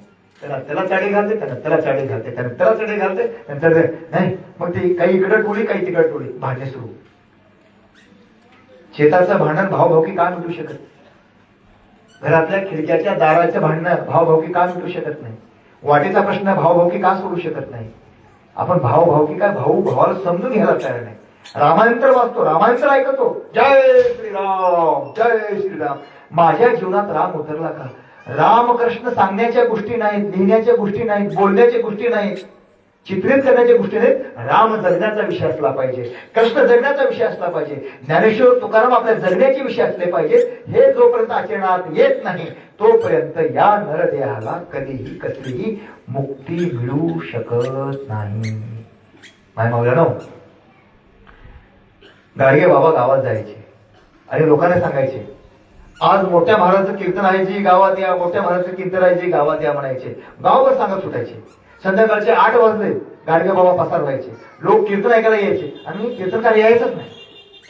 सगळे लोक परेशान व्हायचे आणि गाडगे बाबाला शिवाय देत निघून जायचे. कोणीतरी म्हातारा आला होता, कीर्तन आहे म्हटलं, महाराजच आला नाही की सगळे लोक हळूहळू वापस जायला लागायचे. तेव्हा गाडगे बाबा कुठून तरी धावत पळत यायचे, 2 दगड घ्यायचे आणि आपलं भजन सुरू करायचे. अरे महाराज आले, महाराज आले, महाराज आले. मग लोक जमा व्हायचे आणि मग ज्या माऊलीच्या घरात गाडगे बाबा गेले आणि म्हणाले, माय लाकडं फोडाव, जरा पाणी दे. माय सगळे हागणदारी साफ केला, जरा भाकर दे. ते माय माऊली म्हणायचे, अजून स्वयंपाक झाला नाही, तर पुढे हो. ते माय माऊली म्हणायचे, अजून पाणी नाही, तर घरचा आवरायचे, देवाची पूजा करायच्या, देवाला नैवेद्य दाखवायचे. गाडगे बाबा तसंच पुढे जायचे. जेव्हा कीर्तनामध्ये गाडगे बाबा उदाहरण द्यायचे आणि लोकांना सांगायचे, तेव्हा त्या माय माऊलीच्या डोळ्यामध्ये अश्रू यायचे की हाच बाबा घरी आला होता, भाकर मागितला होता, मी भाकर नाही दिली, मी लय मोठं वाईट केलं, मी लय मोठं पाप केलं, अरे किती मोठा माणूस आहे असं त्या माई माऊलीला वाटायचं. आणि त्या माय माऊलीच्या डोळ्यामध्ये पाणी यायचं. माय माऊलीनो, असाच एक प्रसंग आहे, बसा लवकर खाली बसा, सगळा कार्यक्रम लाईव्ह ठेवला आहे, छान बसा. माय माऊलीनो, असाच एक प्रसंग आहे. पोथी चालू होती गावामध्ये. आपल्या गावामध्ये पोथी लागते ना, पोथी लागले. एक जण पोथी वाचतोय, एक जण पोथी सांगतोय आणि 100-200 लोक मंदिरात बसले. पोथी रंगात आलेली आहे, प्रसंग रंगात आलेले, घटना प्रसंग रंगात आले. आणि गाडगे बाबा समोर येतात. नंतर भूक लागले बालक, भूक भूक लागले जी, भूक, भाकर द्या भाकर, भाकर द्या भाकर. आता पोथी चालू आहे, सांगणारा सांगतोय, ऐकणारा ऐकतोय. गाडगे बाबा दारात उभा टाकलाय मंदिराच्या आणि काय म्हणतोय, भूक लागले भूक, भाकर द्या भाकर, भाकर द्या भाकर. तो पोथीवाला सांगणारा आणि ऐकणारा बाहेर येतात. लोक बाहेर येतात आणि म्हणतात, तुला काही कळते की नाही, देवाची पोथी चालू आहे, रामायण चालू आहे, महाभारत चालू आहे आणि या भजनाच्या ठिकाणी मंदिराच्या ठिकाणी तुझं काय काम आहे, इथे भीक मागतोस, मोठा म्हणून ओळखतोस, मोठा म्हणून अडवतोस. तेव्हा गाडगे बाबा काय म्हणतात ते लक्षात घ्या, तुम्हाला खरा धर्म कळेल. जाताना गाडगे बाबा म्हणतात, अरे बाबानो, जे तुमची पोथी, जे तुमचं पुराण, जो तुमचा देव माझ्या पोटाला भाकर देत नसेल, ती पोथी, तो देव, तो धर्म माझ्या काय कामाचा रे बाबांनो, माझ्या काय कामाच्या बाबांनो. असं म्हणणाऱ्या गाडगे बाबाच्या नावावर अनेक धर्मशाळा आहेत, अनेक शिक्षण संस्था आहेत, विद्यापीठ गाडगे बाबाच्या नावावरती.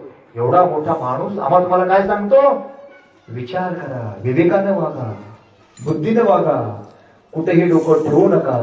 तुम्हाला माहिती आहे का, गाडगे बाबा कीर्तन केल्यानंतर गंमत घडायची. कीर्तन रंगात आलं की गाडगे बाबा समोर बसलेल्या घोंगडी पांघरलेल्या म्हाताऱ्याला म्हणायचे, बाबा मी हळूच गर्दीतून तुझ्याकडे येतो, तुझी घोंगडी मला द्यायची, मी घोंगडीमध्ये लपतो. तो म्हातारा हसायचा, ठीक आहे जी म्हणायचं. कीर्तन रंगात आलं की गाडगे बाबा हळूच पसार व्हायचे, भजन करणारे भजन करायचे, गोपाला गोपाला देवकीनंदन गोपाला, गोपाला गोपाला देवकीनंदन गोपाला. भजन रंगात यायचं, लोक उभा टाकायचे, नाचायचे, भजन करायचे. गाडगे बाबा समोर जायचं, घोंगड घ्यायचं, घोंगड पांघरून बसायचं आणि थोड्या वेळानंतर लोक म्हणायचे, अरे गाडगे बाबा कुठे गेले, गाडगे बाबा कुठे गेले. मग दोघं चौघं म्हणायचे, गाडगे बाबा अंतर्धान पावले, गाडगे बाबा गडप झाले, गाडगे बाबा गुप्त रूपानं निघून गेले. अशा कागाळ्या अवतीभूती पसरायच्या, अंधश्रद्धा अवतीभूती पसरायच्या. मग थोड्या वेळानं हळूच सगळं शांत झालं की गाडगे बाबा घोंगडवरी घ्यायचे, न ओळखू देता समोर यायचे. तुम्हाला गाडगे बाबा दाखवू का, मी गाडगे बाबा दाखवू का, तुम्हाला गाडगे बाबा दाखवू का. लोक म्हणायचे, कुठंच गाडगे बाबा, अंतर्धान पावले, अंतर्धान पावले, देवाचा अवतार गाडगे बाबा अंतर्धान पावले. गाडगे बाबा हळूच घोंगड खाली घ्यायचे, म्हणायचे, मीच गाडगे बाबा. बाबांनो, असा कुठलाही माणूस गडप होत नसतो जी, अंतर्धान पावत नसतो जी, मी इथंच होतो, इथंच हाय. हे गाडगे बाबाचं वास्तववादी, यथार्थ आणि सत्य दर्शन जेव्हा लोकांना व्हायचं, तेव्हा लोक गाडगे बाबाचे चाहते व्हायचे, भक्त व्हायचे आणि गाडगे बाबाचा विचार आपल्या जीवनामध्ये उतरण्याचा प्रयत्न करायचे. माय मौल्यानो, आणि म्हणून तुम्हाला मी म्हणालो, मी अविवेकाची काजळी, अज्ञान दूर करा, काजळी दूर करा, फेडून विवेक दीप उजळी, बुद्धीने विचार करा. प्रत्येक गोष्ट घेत असताना आपण तपासणी करतो, मुलाला मुलगी बघताना, मुलीला मुलगा बघताना नाही नाही त्या गोष्टी आपण बघतो. जुने लोक तर उठ भाई उभं टाकून दाखव म्हणतात, सरून दाखव म्हणतात, तुझे बोट दाखव म्हणतात, पाय दाखव म्हणतात, दात दाखव म्हणतात. एवढे हुशार लोक आम्ही तुम्ही पुरुषाला म्हणत नाही, पोराला म्हणत नाही, पण पुरीलाच म्हणतात. एवढी सगळी तपासणी करणारा समाज धर्माची तपासणी का नको, खऱ्या घोड्याची तपासणी का नको, सत्य असत्याला निकष का नको. आणि म्हणून माय मावल्यानो आजच्या निरूपणाचा समारोप करत असताना, या विषयाला पुढे घेऊन जात असताना गेल्या 17 वर्षापासून आपल्या गावामध्ये अखंड हरिनाम सप्ताह आणि या ठिकाणी भजन कीर्तन पूजन काकडा गाथा हे सगळं घडतं. हे सगळं कशासाठी? आमचं तुमचं आयुष्य आतून भरून बदलण्यासाठी, सुंदर होण्यासाठी, हे जीवन ज्ञानमय कर्ममय होण्यासाठी आहे, भक्तिमय होण्यासाठी आहे आणि जिवंतपणे दुःखातून मुक्त होऊन आनंदाच्या दिशेने जाण्यासाठी हे आमचं तुमचं जीवन आहे. आणि म्हणून या विषयाचा समारोप करत असताना काय झालं? एका राजाने राजवाडा बांधला, सगळ्या सुखसोयी आपल्या राजवाड्यामध्ये केल्या. वेळ कमी धावतो सांगतो. एकीकडे पोहण्यासाठी स्विमिंग पूल होतं, बाग बगीचा होत्या, फळफळावरचे जंगल होतं, पशु पक्ष्यासाठी प्राणी संग्रहालय होते, सगळ्या गोष्टी होत्या. आपल्या मित्राला तो राजवाडा दाखवत होता, त्या सगळ्या गोष्टी सांगत होता आणि मित्राला म्हणाला आता मला या राजवाड्याच्या बाहेर कुठेही जाण्याची गरज नाही, सगळ्या जगातल्या गोष्टी माझ्या राजवाड्यामध्ये, तुला काय वाटतं सांग. तो मित्र म्हणाला महाराज तुमच्या राजवाड्यामध्ये सगळ्या गोष्टी मला पटलं, पण तुमच्या राजवाड्यामध्ये एक उणीव राहून गेलेली आहे. उणीव राहून गेलेल्या म्हटल्याबरोबर राजाला आश्चर्य वाटलं, एवढे मोठे अभियंते आणले, एवढे मोठे मी वास्तू विशारद आणले आणि काय राहून गेलं सांग मला. तो मित्र म्हणाला की तुमच्या राजवाड्यात सगळ्याच गोष्टी आहेत, सगळ्या सुख आहेत आणि तुम्ही म्हणालात की मला राजवाड्याच्या बाहेर जायची गरज पडणार नाही, परंतु तुमच्या राजवाड्यामध्ये स्मशानभूमी नाही. ती स्मशानभूमी राहिली असती तर तुम्हाला तुमच्या राजवाड्याच्या बाहेर जाण्याची गरज पडली नसती. आमच्या तुमच्या प्रत्येकाच्या आयुष्यामध्ये एक मसन वाटा, कवा कधी कुठं कसं वाट पाहतोय माहित नाही. मेल्यानंतर हा देह तिथं जाळला जाणार आहे किंवा मातीमध्ये गाडला जाणार आहे. म्हणून माई माऊल्यानो जिवंतपणे डोळे उघडा, सारासार विचार करा आणि हे जीवन सुंदर आहे, जीवन आनंदमय आहे. जीवनाला विवेकाने सामोरे जा, बुद्धीने निर्णय घ्या, बुद्धीने जगा, चिकित्सा करा, चांगलं काय वाईट काय आणि मग निवडा आणि मग त्या पद्धतीने विवेकाच्या वाटेवरती पुढची वाटचाल करा. म्हणजे आपल्याला आपल्या सुखी जीवनाच्या राजमार्गावरती आपलं चांगलं जीवन जगता येऊ शकतं. आणि म्हणून माय मावल्यानो धर्म आम्हाला तुम्हाला काय शिकवतो? चांगुलपणा शिकवतो. धर्म आम्हाला तुम्हाला काय शिकवतो? चांगले विचार घ्यायला शिकवतो. आणि म्हणून शेवटच्या दृष्टांतानं आजचा निरूपणाचा शेवट या ठिकाणी करतोय. निरूपणात शेवट करत असताना माय मावल्यानो मी म्हणालो ना महिलांमध्ये खूप मोठं सामर्थ्य. किती सामर्थ्य सांगा, ऐकायचं तुम्हाला? महिलांमध्ये किती सामर्थ्य आहे? नवरा घरचं काम करत होता, बायको समोर उभं टाकली आणि नवऱ्याला म्हणले अहो ऐकलं का इकडे आलो. असं केल्याबरोबर काम करत असलेला नवरा सगळ्या जागच्या जागी त्या वस्तू ठेवून पटकन बायकोकडे आला आणि म्हणला काय कर काय नाही. असं केली. नवरा तिकडे गेला, परत काम करू लागला. परत बायकोनं एकही शब्द न बोलता असं केली बघा. असं केल्याबरोबर नवऱ्यानं असल्या नसल्या सगळ्या वस्तू तिथेच ठेवल्या. नवरा पुढे आला, का ग अगोदर बोलवलीस नंतर जा म्हणलीस, पुन्हा बोलवलीस, का असं का करलीस? बायको म्हणाली माझ्या बोटामध्ये किती ताकद आहे ते बघत होते म्हटले आणि मला लक्षात आलं माझ्या बोटामध्ये एवढी ताकद आहे तर माझ्या मुठीमध्ये किती ताकद असेल. महिलांमध्ये खूप ताकद आहे, पण केव्हा? विवेक बुद्धीने विचार केल्यानंतर. कुठल्याही भोंदू बाबाच्या पाठीमागे लागल्यावर आपल्या जीवनाचं कल्याण होण्याऐवजी आपल्या जीवनाचं काय वाईटच होणार आहे, आपल्या आयुष्यात नरकच होणार आहे. तोडे तागे राग प्रताप ह्याच्यात आपल्या जीवनाचं भलं नाही. आणि श्रीमौली काय सांगतात? मी अविवेकाची काजळी फेडूनी विवेक दीप उजळी, विवेकाचा दीप तोपर्यंत उजळणार नाही. आणि दिव्याच्या प्रकाशामध्ये प्रचंड मोठं सामर्थ्य आहे. हो, सगळ्या खोलीमधला अंधार क्षणामध्ये दूर होतो, अवतीभूतीचा सगळा अंधार दूर होतो आणि सगळं अवतीभूतीचं जग उजळून निघतं. त्या उजळलेल्या प्रकाशामध्ये आपल्याला स्पष्ट दिसतं चांगलं काय वाईट काय भलं काय बुरं काय. त्या प्रकाशामध्ये आपल्याला आपल्या आयुष्याची वाटचाल करायची आहे. तिथं आमच्या तुमच्या जीवनाचा मोक्ष आणि मुक्ती आहे. तोच आत्म्याचा आवाज, तीच आत्म्याची दिशा आणि तेच आत्म उद्धाराचा मार्ग आहे असं दुसऱ्या कळव्यामध्ये सांगता येईल. फेडून या विवेकदीप उजळी ते योगी आप आहे दिवाळी निरंतर. योगी म्हणजे कोण? जो सुख दुःखात अडकत नाही, कोणी कौतुक केलं म्हणून हुरून जात नाही, कोणी अपमान केलं म्हणून दुःखी होत नाही. या अवस्थेला जो पोहोचतो, बुद्धीनं स्थिर होतो, त्याचं चित्त शुद्ध झालेलं आहे, स्थिर झालेलं आहे, ती व्यक्ती म्हणजे कर्मयोगी, भक्तयोगी, ज्ञानयोगी, तोच योगी असं ज्ञानेश्वर माऊली सांगतात. आणि म्हणून माऊलीला शेवटचा शब्द आहे, हे योगी आप आहे दिवाळी निरंतर. आमच्या तुमच्या आयुष्यामध्ये जीवन आनंदमय व्हावं, उत्साहमय व्हावं, दिवाळीसारखं आनंदित व्हावं असं वाटत असेल तर निरंतरपणे, अखंडपणे आपण काय केलं पाहिजे? जीवनामध्ये विवेकाची साधना केली पाहिजे. मला एवढ्या माय माऊल्यापैकी माझ्या प्रश्नाचं उत्तर कोण देते? आपण मंदिरामध्ये नंदादीप लावतो. मुलींना माहिती आहे का नंदादीप? कॉलेजच्या मुली उभा टाकून सांगा बरं, नंदादीप म्हणजे काय असतो सांगा. ऐश्वर्या राय माहिती आहे आपल्याला, नवे हिरो माहित आहे, जुने हिरो माहित आहे, हिरोड्या माहित आहे, सगळं माहित आहे. आपल्या धर्मातली प्रत्येकाने प्रतिमा, याचा अर्थ सुद्धा आपल्याला माहित नाही. नंदादीपाचा अर्थ काय किंवा नंदादीप कशासाठी ठेवतात मंदिरामध्ये? कोणीतरी सांगा. कारण मुली गावातले 17 वर्षापासून भजन कीर्तन पूजन सत्य होत आहेत की साधा एवढा सुद्धा अर्थ नाही सांगता येणार. कोण सांगेल? नंदादीप का लावतो? नंदादीपाचा अर्थ काय? बाई ऐकायचं, माना डोलवायचं, निघून जायचं घरी, काम संपलं. एवढ्या पुरता धर्म नाही, एवढ्या पुरती ज्ञानेश्वरी नाही, एवढ्या पुरती गाथा नाही. त्या नंदादीपातली ज्योत कधीही विजी दिली जाऊ शकत नाही. त्याच्यामध्ये सतत तेल टाकावं लागतं. त्याचा अर्थ असा आहे की सतत प्रकाश निर्माण व्हावा, तो प्रकाश कधी विजू नये, तो अखंडपणे तेवत राहावा. अशा प्रकारच्या दीपाला नंदादीप असं म्हणतात. गाडगेबाबा खूप सुंदर सांगतात. बरोबर, सरांच्या बहिणाबाई इथं आहेत, पुण्याला राहत आहेत. मंदिरात सगळीकडे अंधार पसरलेला असतो, काळोख गाठलेला असतो, मग उजेड कसा पडतो? गाडगेबाबा सांगतात. गाडगेबाबा म्हणतात, अरे बाबानो, दगड धोंड्याच्या देवामध्ये देव नसतो, ह्या चैतन्यामध्ये देव असतो असं गाडगेबाबा म्हणतात. मी म्हणत नाही बरं. गाडगेबाबा म्हणतात मंदिरात अंधार असतो, तो मंदिरातला अंधार असलेला, त्या अंधारात असलेला देव आपल्या समोर उजेड सुद्धा निर्माण करू शकत नाही. हो, तो देव तुमच्या आमच्या आयुष्यामध्ये काय उजेड पाडणार आहे, काय प्रकाश निर्माण करणार आहे? गाडगेबाबाचा प्रश्न आहे, विवेक बुद्धीचा प्रश्न आहे. गाडगेबाबा म्हणतात पुजारी जातो, दिवा पेटवतो, नंदादीप पेटवतो, तेव्हा त्या मंदिरामध्ये उजेड पसरतो, त्या उजेडामध्ये आपल्याला आपला देव दिसतो. परंतु त्या देवापेक्षा खरा देव कुठं आहे? नामय मंदिर, नामय मस्जिद, नामय काबे कैलास में, खोजी हो तो तुरंत निलयो, पलभर की तालाश में. संत कबीरदासजी आमच्या मोहनगराच्या आईसाहेब इथे दिसल्या मला. प्रचंड कष्ट घेतले त्या माऊलीने. मुलगा प्राध्यापक प्राचार्य झाला. चंदनासारखा देह जिंकला त्या माऊलीनं. इथे लेखमाती येते.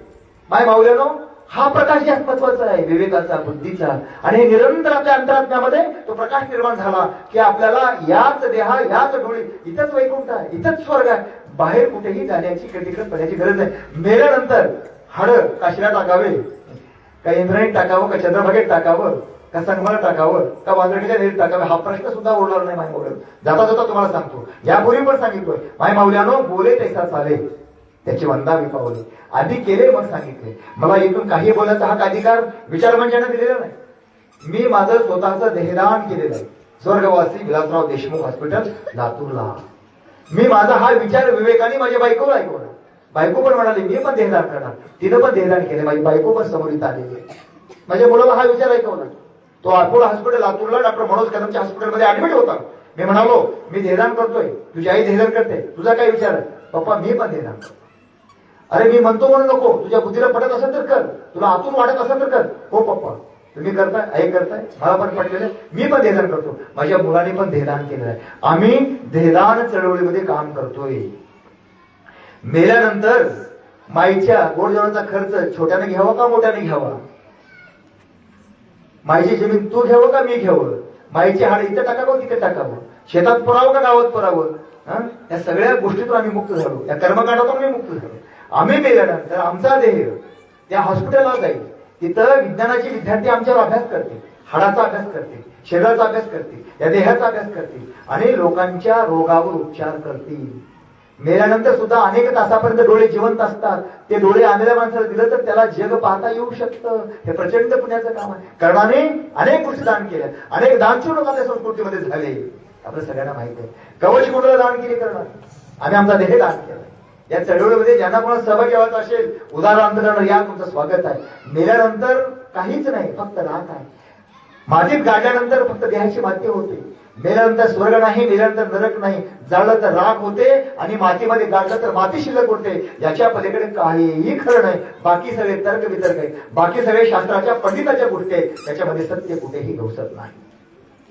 आणि म्हणून मेल्यानंतर सुद्धा आपला देह कुठेतरी लोकांच्या कामाला आला पाहिजे, ही त्याच्या पाठीमागची भावना आहे. आणि म्हणून माय मावल्यानो, धर्म जोडायला शिकवतो, धर्म प्रेम देतो, धर्म उद्धाराचा मार्ग सांगतो, धर्म आम्हाला डोळे देतो. आणि म्हणून शेवटचा दृष्टांत आहे. एकदा काय झालं, 2 आयामध्ये भांडण लागलं. 2-3 वर्षाचा एक छोटा मुलगा आहे. एक आई म्हणाली हे बाळ माझं आहे, एक आई म्हणाली नाही नाही हे बाळ माझं आहे. घरातलं भांडण चावडीवर गेलं. सरपंच, पोलीस पाटील आणि गावातले सदस्यही भांडणं सोडू शकले नाही. ते भांडणं राजवाड्यात गेलं. राजवाड्यामध्ये हजारो लाखो लोक ऐकत ते भांडणं बघायला आले. भांडणं काय होतं, एक आई म्हणते हे बाळ माझं आहे, एक आई म्हणते हे बाळ माझं आहे. आमचे मित्र आहेत नेताजी जाधव, स्वर्गवासी उज्ज्वलानंद महाराजांच्या नावानं वारकरी प्रचार प्रसाराची शाळा काढली. ही सगळी मुलं तिथली आहेत. खूप कष्टातून संस्था मोठी होते.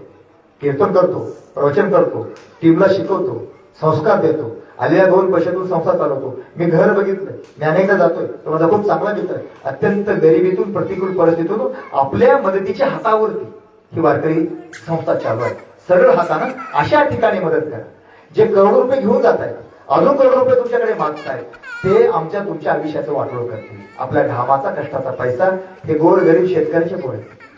बरेच अनाथ मुलं, आई वडील नाहीये, त्याच्या वेशभूषेचा प्रश्न आहे, त्याच्या अन्नापानाचा प्रश्न आहे, त्याच्या निवासाचा प्रश्न आहे, त्याच्या पाण्याचा प्रश्न आहे, त्याच्या शाळेचा प्रश्न आहे, त्याच्या पुस्तकाचा प्रश्न आहे. ह्या सगळ्या गोष्टीला सरळ हाताने मदत करा. मी गेल्या 20-22 वर्षापेक्षा जास्त काळ झाला प्रवचनामध्ये मी 1ही रुपया न घेता 22 वर्षापासून मी मोफत समाजासाठी माझा वेळ देतोय, माझं ज्ञान देतोय.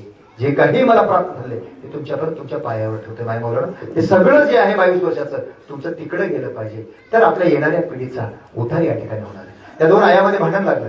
भांडण राजवाड्यात गेलं. प्रसंग असा आहे, प्रधानजी राजाला सांगतात की हे महाराज, एक आई म्हणते हे बाळ माझं आहे, एक आई म्हणते हे बाळ माझं आहे, न्याय निवाडा करा. हजारो लाखो लोक न्याय बघण्यासाठी आलेले. राजाने बघितलं, एक आई या बाजूला बसले, एक आई या बाजूला बसले, मुलगा सोबत आहे, दोन्ही आयामधलं भांडण आहे. आता भांडण सोडायचं कसं? मुलगा 2-3 वर्षाचा आहे, बोबडा आहे, मुका आहे, त्याला बोलता येत नाही. मोठा प्रश्न होता, बिकट विषय होता. राजा म्हणला ठीक आहे, प्रश्न सुरू. त्यांनी त्या मारेकऱ्याला सांगितलं तलवारीला धार लाव. तलवारीला धार लावली आणि राजाने घोषणा केली. 3 घंटा होते. पहिली घंटा, दुसरी घंटा, तिसरी घंटा. या 3 वर्षाच्या पोराला त्या दगडी शिळेला बांधा. त्या छोट्या मुलाला दगडी शिळेला बांधण्यात आलं. एक आई या बाजूला बसले, एक याच बसले. हजारो लाखो लोक डोळ्यामध्ये प्राण आणून, कानट टवकारून राजा काय निर्णय देतो त्याच्याकडे बघायला आले. टंगर पहिली घंटा झाली. सगळे एकदम डोळे टवकारून, कान तिकडे लावून आता काय घडतंय, राजा काय न्याय निवाडा करतोय याच्याकडे सगळ्यांच्या नजरा लागल्या. टंगर दुसरी घंटा झाली. पहिल्या घंटेपेक्षा मोठी घंटा झाली आणि सगळे जागे झाले. तिसरी घंटा झाली. कानपुळ्या बसाव्यात अशा प्रकारची. आणि आता काही सेकंदामध्ये राजा न्याय निवाडा करणार आहे. प्रत्येकाने डोळे ताणले, प्रत्येकाची कानं तयार झाली. आता राजा काय निर्णय देणार? हे बाळ या आईला देणार की हे बाळ या आईला देणार? राजा म्हणाला 3 घंटा झाली. मारेकराला सांगितलं की या बाळाचे 2 तुकडे कर. एक तुकडा या आईला दे आणि एक तुकडा या आईला दे. हाच माझा न्याय निवाडा आहे. मारेकराने धारदार पाजळलेली घासलेली तलवार उगारली. अनेक सेकंदामध्ये त्या बाळाचे 2 तुकडे करणार. इतक्यामध्ये तलवार खाली येत असताना एक आई किंचाळली, राजा थांबा, माफ करा मला, हे बाळ माझं नाही, त्या आईचं आहे, त्या आईला देऊन टाका. राजा सिंहासनावर उभा टाकला. सगळे लोक उभा टाकले. राजाच्या डोळ्यामध्ये पाणी आलं, सगळ्याच्या डोळ्यामध्ये पाणी आलं. पण या बाजूला बसलेल्या आईच्या डोळ्यात पाणी आलं नाही. जी आई किंचाळली, म्हणाली, राजा थांबा, बाळाचे 2 तुकडे करू नका, हे बाळ तिचं आहे असं समजा, तिला देऊन टाका. तेव्हा राजाच्या लक्षात आलं खरी आई कोण आहे. बाळाचे 2 तुकडे होत असताना जी आई बघ्याची भूमिका घेते, जी आईचे डोळे कोरडे, ती आई आई नाही, ती कैदाशी नाही, ती राक्षसी नाही, ते दानव आहे. ती आई आई असू शकत नाही. जी आई बाळाचे तुकडे होत असताना किंचाळते, रडते, टाहो पडते, तीच आई त्या बाळाची खरी आई आहे. आणि म्हणून हे बाळ त्या आईला देऊन टाका. सगळ्या दरबारामध्ये टाळ्यांचा गजर झाला आणि त्या बाळाला त्या आईला देण्यात आलं. माय माऊलानं सांगायचं तात्पर्य काय? धर्म माणसामध्ये विष पेरत नाही. धर्म माणसामध्ये भांडण लावत नाही. धर्म माणसाला जोडण्याचं काम करतो. ही आपली वसुधैव कुटुंबाची संस्कृती. आपल्या देशामध्ये अलीकडच्या वातावरणामध्ये, समाजामध्ये, देशामध्ये विचित्र वातावरण निर्माण झालेलं आहे. हिंदू मुसलमानाला नाव ठेवतात, मुसलमान हिंदूला नाव ठेवतात. हे सगळं चुकीचं आहे. हे आपल्या वारकरी संप्रदायामध्ये बसत नाही. ना हिंदू बुरा है, ना मुसलमान बुरा है, ना राम बुरा है, ना रहीम बुरा है, ना गीता बुरी है, ना कुरान बुरा है. हमारे अंदर जो जहर फैला हुआ है वह जहर बुरा है. ह्या नव्या पिढीला शिकवण्याची वेळ आलेली आहे. आमच्या गावात एक महाराज आले होते. मोठा महाराज आहे. या ट्रस्टचा 42,000 रुपये घेतले. काय सांगितलं? नेताजी होते त्या गावामध्ये. ज्याच्या गळ्यात माळ आहे, ज्यांनी चणकी सोडलेली आहे तो हिंदू समजावा. ज्याच्या कपाळावर कुंकू आहे ते हिंदू समजावे. ज्या बाईच्या कपाळावर कुंकू नाही, अत्यंत वाईट अभद्र अश्लील शब्द त्यांनी वापरला. नेताजी जाधव त्याचा साक्षीदार आहे. अशा महाराजांना सांगा, वस्त्रावर दिखाव्यावर धर्म नसतो. त्याच्या गळा माळ असतो नसतो तो वारकरी, असं कोण म्हणतं? नेताजी जगद्गुरु तुकोबाराय म्हणतात. वेशभूषे जाऊ नका, दिसण्यावर जाऊ नका. एखादी विधवा स्त्री असेल, त्याच्या कपाळावर कुंकू नसेल, तुम्ही घाणेरडे शिवाय देणार तिला? ती तुमची आमची माय माऊली, आम्हाला तुम्हाला जन्म देणार आहे. अनेक कीर्तनकार येतात. मागे बरेच कीर्तनकार आमच्या गावामध्ये आले. स्त्रीनं कीर्तन करू नये, कार्याचं कीर्तन तर अजिबात करू नये. आम्ही त्यांना सांगत असतो, रामाला जन्म देणारी कोण? कृष्णाला जन्म देणारी कोण? दत्ताला जन्म देणारी कोण? शिवराला जन्म देणारी कोण? अरे ती अपवित्र कसं असू शकते? ती अभद्र कशी असू शकते? अरे स्त्री म्हणजे या जगातली पहिली देवता आहे. आणि आपल्या संस्कृतीचं पहिलं पान आम्हाला तुम्हाला काय सांगतंय? मातृ देवो भव, पितृ देवो भव, आचार्य देवो भव. आचार्य गुरु तिसऱ्या स्थानी. माझ्या मायबापाने मला जन्म दिला, हाड घासून लहानाचं मोठं केलं. ते मायबाप माझ्यासाठी माझे देव आहेत या प्रत्युत्तरावरचे. म्हणून माय मावल्यानो, लहानपणी आई बाळाचं खूप करते. सगळंच करते. नाक साफ करण्यापासून कुणाला मामा म्हणावं, कुणाला काका म्हणावं, कुणाला बाबा म्हणावं, कुणाला माय म्हणावं, सगळं आई शिकवते. ती आई लहानपणी खूप आवडते आम्हाला तुम्हाला. आई म्हणजेच देव वाटते. पण जेव्हा आपण मोठे होतो, विसुट येतं, लाडी फुटते, लग्न होतं, तेव्हा बायको आपल्याला सर्वस्व वाटायला लागते. आई बाजूला पडते. बायकोच चंद्रमुखी, सुंदर, तूच बस, तूच. आणि घरात भांडणे व्हायला लागले की ती चंद्रमुखी असलेली बायको सूर्यमुखी वाटायला लागते. आणि भांडणं मोठं व्हायला लागलं, लोक ऐकायला यायला लागले, तेव्हा ती चंद्रमुखी वाटणारी पठ्ठर आणि ती सूर्यमुखी वाटायला लागते. आणि सूर्यमुखी जेव्हा खऱ्या अर्थानं आपलं रूप दाखवायला शिकते तेव्हा ती ज्वालामुखी वाटायला लागते. मग ती बायको सुद्धा नंतर कालांतर बाजूला पडते. वय होत जातं. 70-80 वर्षाचं वय झालं की देव, धर्म, कीर्तन, भजन, पूजन प्रिय वाटायला लागतं. तेव्हा मान हलते, हातपाय साथ देत नाही, बसताही येत नाही, काही कळत नाही. महाराज आहे का कोण आहे? मान हलायला लागते, डोळा लागते. तेव्हा देव प्रिय वाटून काही उपयोग असतं ना. माय बोललो, हातपाय चलते, डोळ्याला दिसते, बुद्धी साबूत आहे, तोपर्यंत धर्म समजून घ्या, साधूतच समजून घ्या. हे सांगण्यासाठीच आजचे निरूपण प्रवचन होतं. मी अविवेकाची काजळी, फिडून विवेक ती पोहोचली, ते योगी आप आहे दिवाळी निरंतर. आमच्या तुमच्या आयुष्यामध्ये निरंतर आनंदाचा उत्सव दिवाळी साजरी व्हावा असं वाटत असेल तर जीवनामध्ये प्रत्येक प्रश्न, समस्या विवेकाने सोडा, माणसाला तोडा, प्रेम द्या, प्रेम घ्या.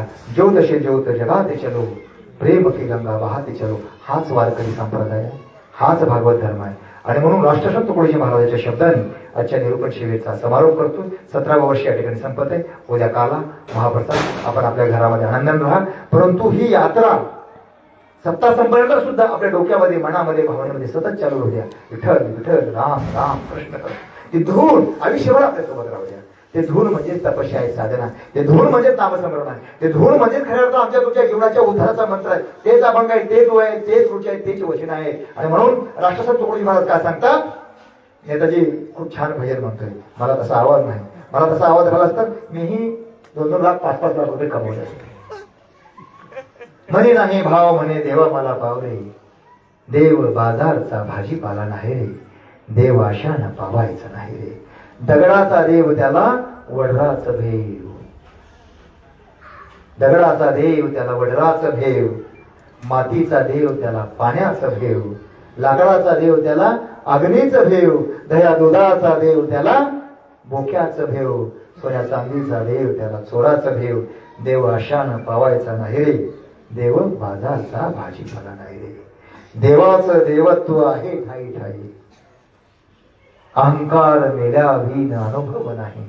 देवाचं देवत्व आहे ठाई ठाई, अभिमान केल्या विन अनुभव नाही. तुकड्या दास म्हणे ऐका ही ग्वाही, देव आशानं भेटायचा नाही रे, देव बाजारचा भाजीपाला नाही. मनामध्ये चांगला भाव, चांगले विचार आणि चांगलं चारित्र्य आणि चांगलं आचरण हेच आपला धर्म आहे, हेच आपली कृती आहे, हेच आपला कर्मयोग आहे. आणि मग गाडगे बाबांचे शेवटचे 4 शब्द, गाडगे बाबांना कळलं आपला मृत्यू होणार आहे, तेव्हा आपल्या एका जवळच्या सहकार्याला संदेश पाठवला. काय संदेश होता? बाबांनो, शेवटच्या कीर्तनाचा संदेश आहे. आणि गाडगे बाबा काही दिवसामध्ये वारले. बाबांनो, फुलवात फुलली आहे, सगळीकडे प्रकाश पडलाय. शेवटचे वाक्य आहेत गाडगे बाबाचे. वेद उपनिषदाच्या पुढचे वाक्य आहे. काय म्हणाले गाडगे बाबा? बाबांनो, फुलवात फुलले, उजेड पडलाय, प्रकाश पडलाय. त्या प्रकाशात एकमेकाला काय पाहायचं ते पाहून घ्या. उद्या वादळ येईल, वारा येईल, वात विझेल, दिवा विझेल, पुन्हा काही नाही, नुसता अंधार आहे बाबांनो, नुसता अंधार आहे. फुलवात फुलले, ज्योत पेटले आहे, प्रकाश उजळलाय, काय पाहायचा पाहून घ्या. गाडगे बाबाला ज्यांनी ज्यांनी पाहिले त्यांच्या आयुष्याचा उद्धार झाला हो, सोड झाला विषयाचा. माय मावल्यानो, ही जागा उजेड देणारी आहे. इथं थांबतो. आदरणीय गोविंद बोरमे सरांनी प्रतिवर्षाप्रमाणे याही वर्षी मला बोलवलं, माझं निरूपण ठेवलं. मी आपल्या सगळ्याच्या अंतरात्म्यामध्ये असलेल्या त्या सर्व शक्तिमान परमेश्वराला प्रणाम करतो, दंडवत घालतो. आपल्या प्रत्येकाच्या चरणावरती मी नतमस्तक होतो आणि आजची ही सेवा आपल्या सगळ्यांच्या चरणावर ठेवतो, थांबतो. धन्यवाद. विठ्ठल श्री ज्ञानदेव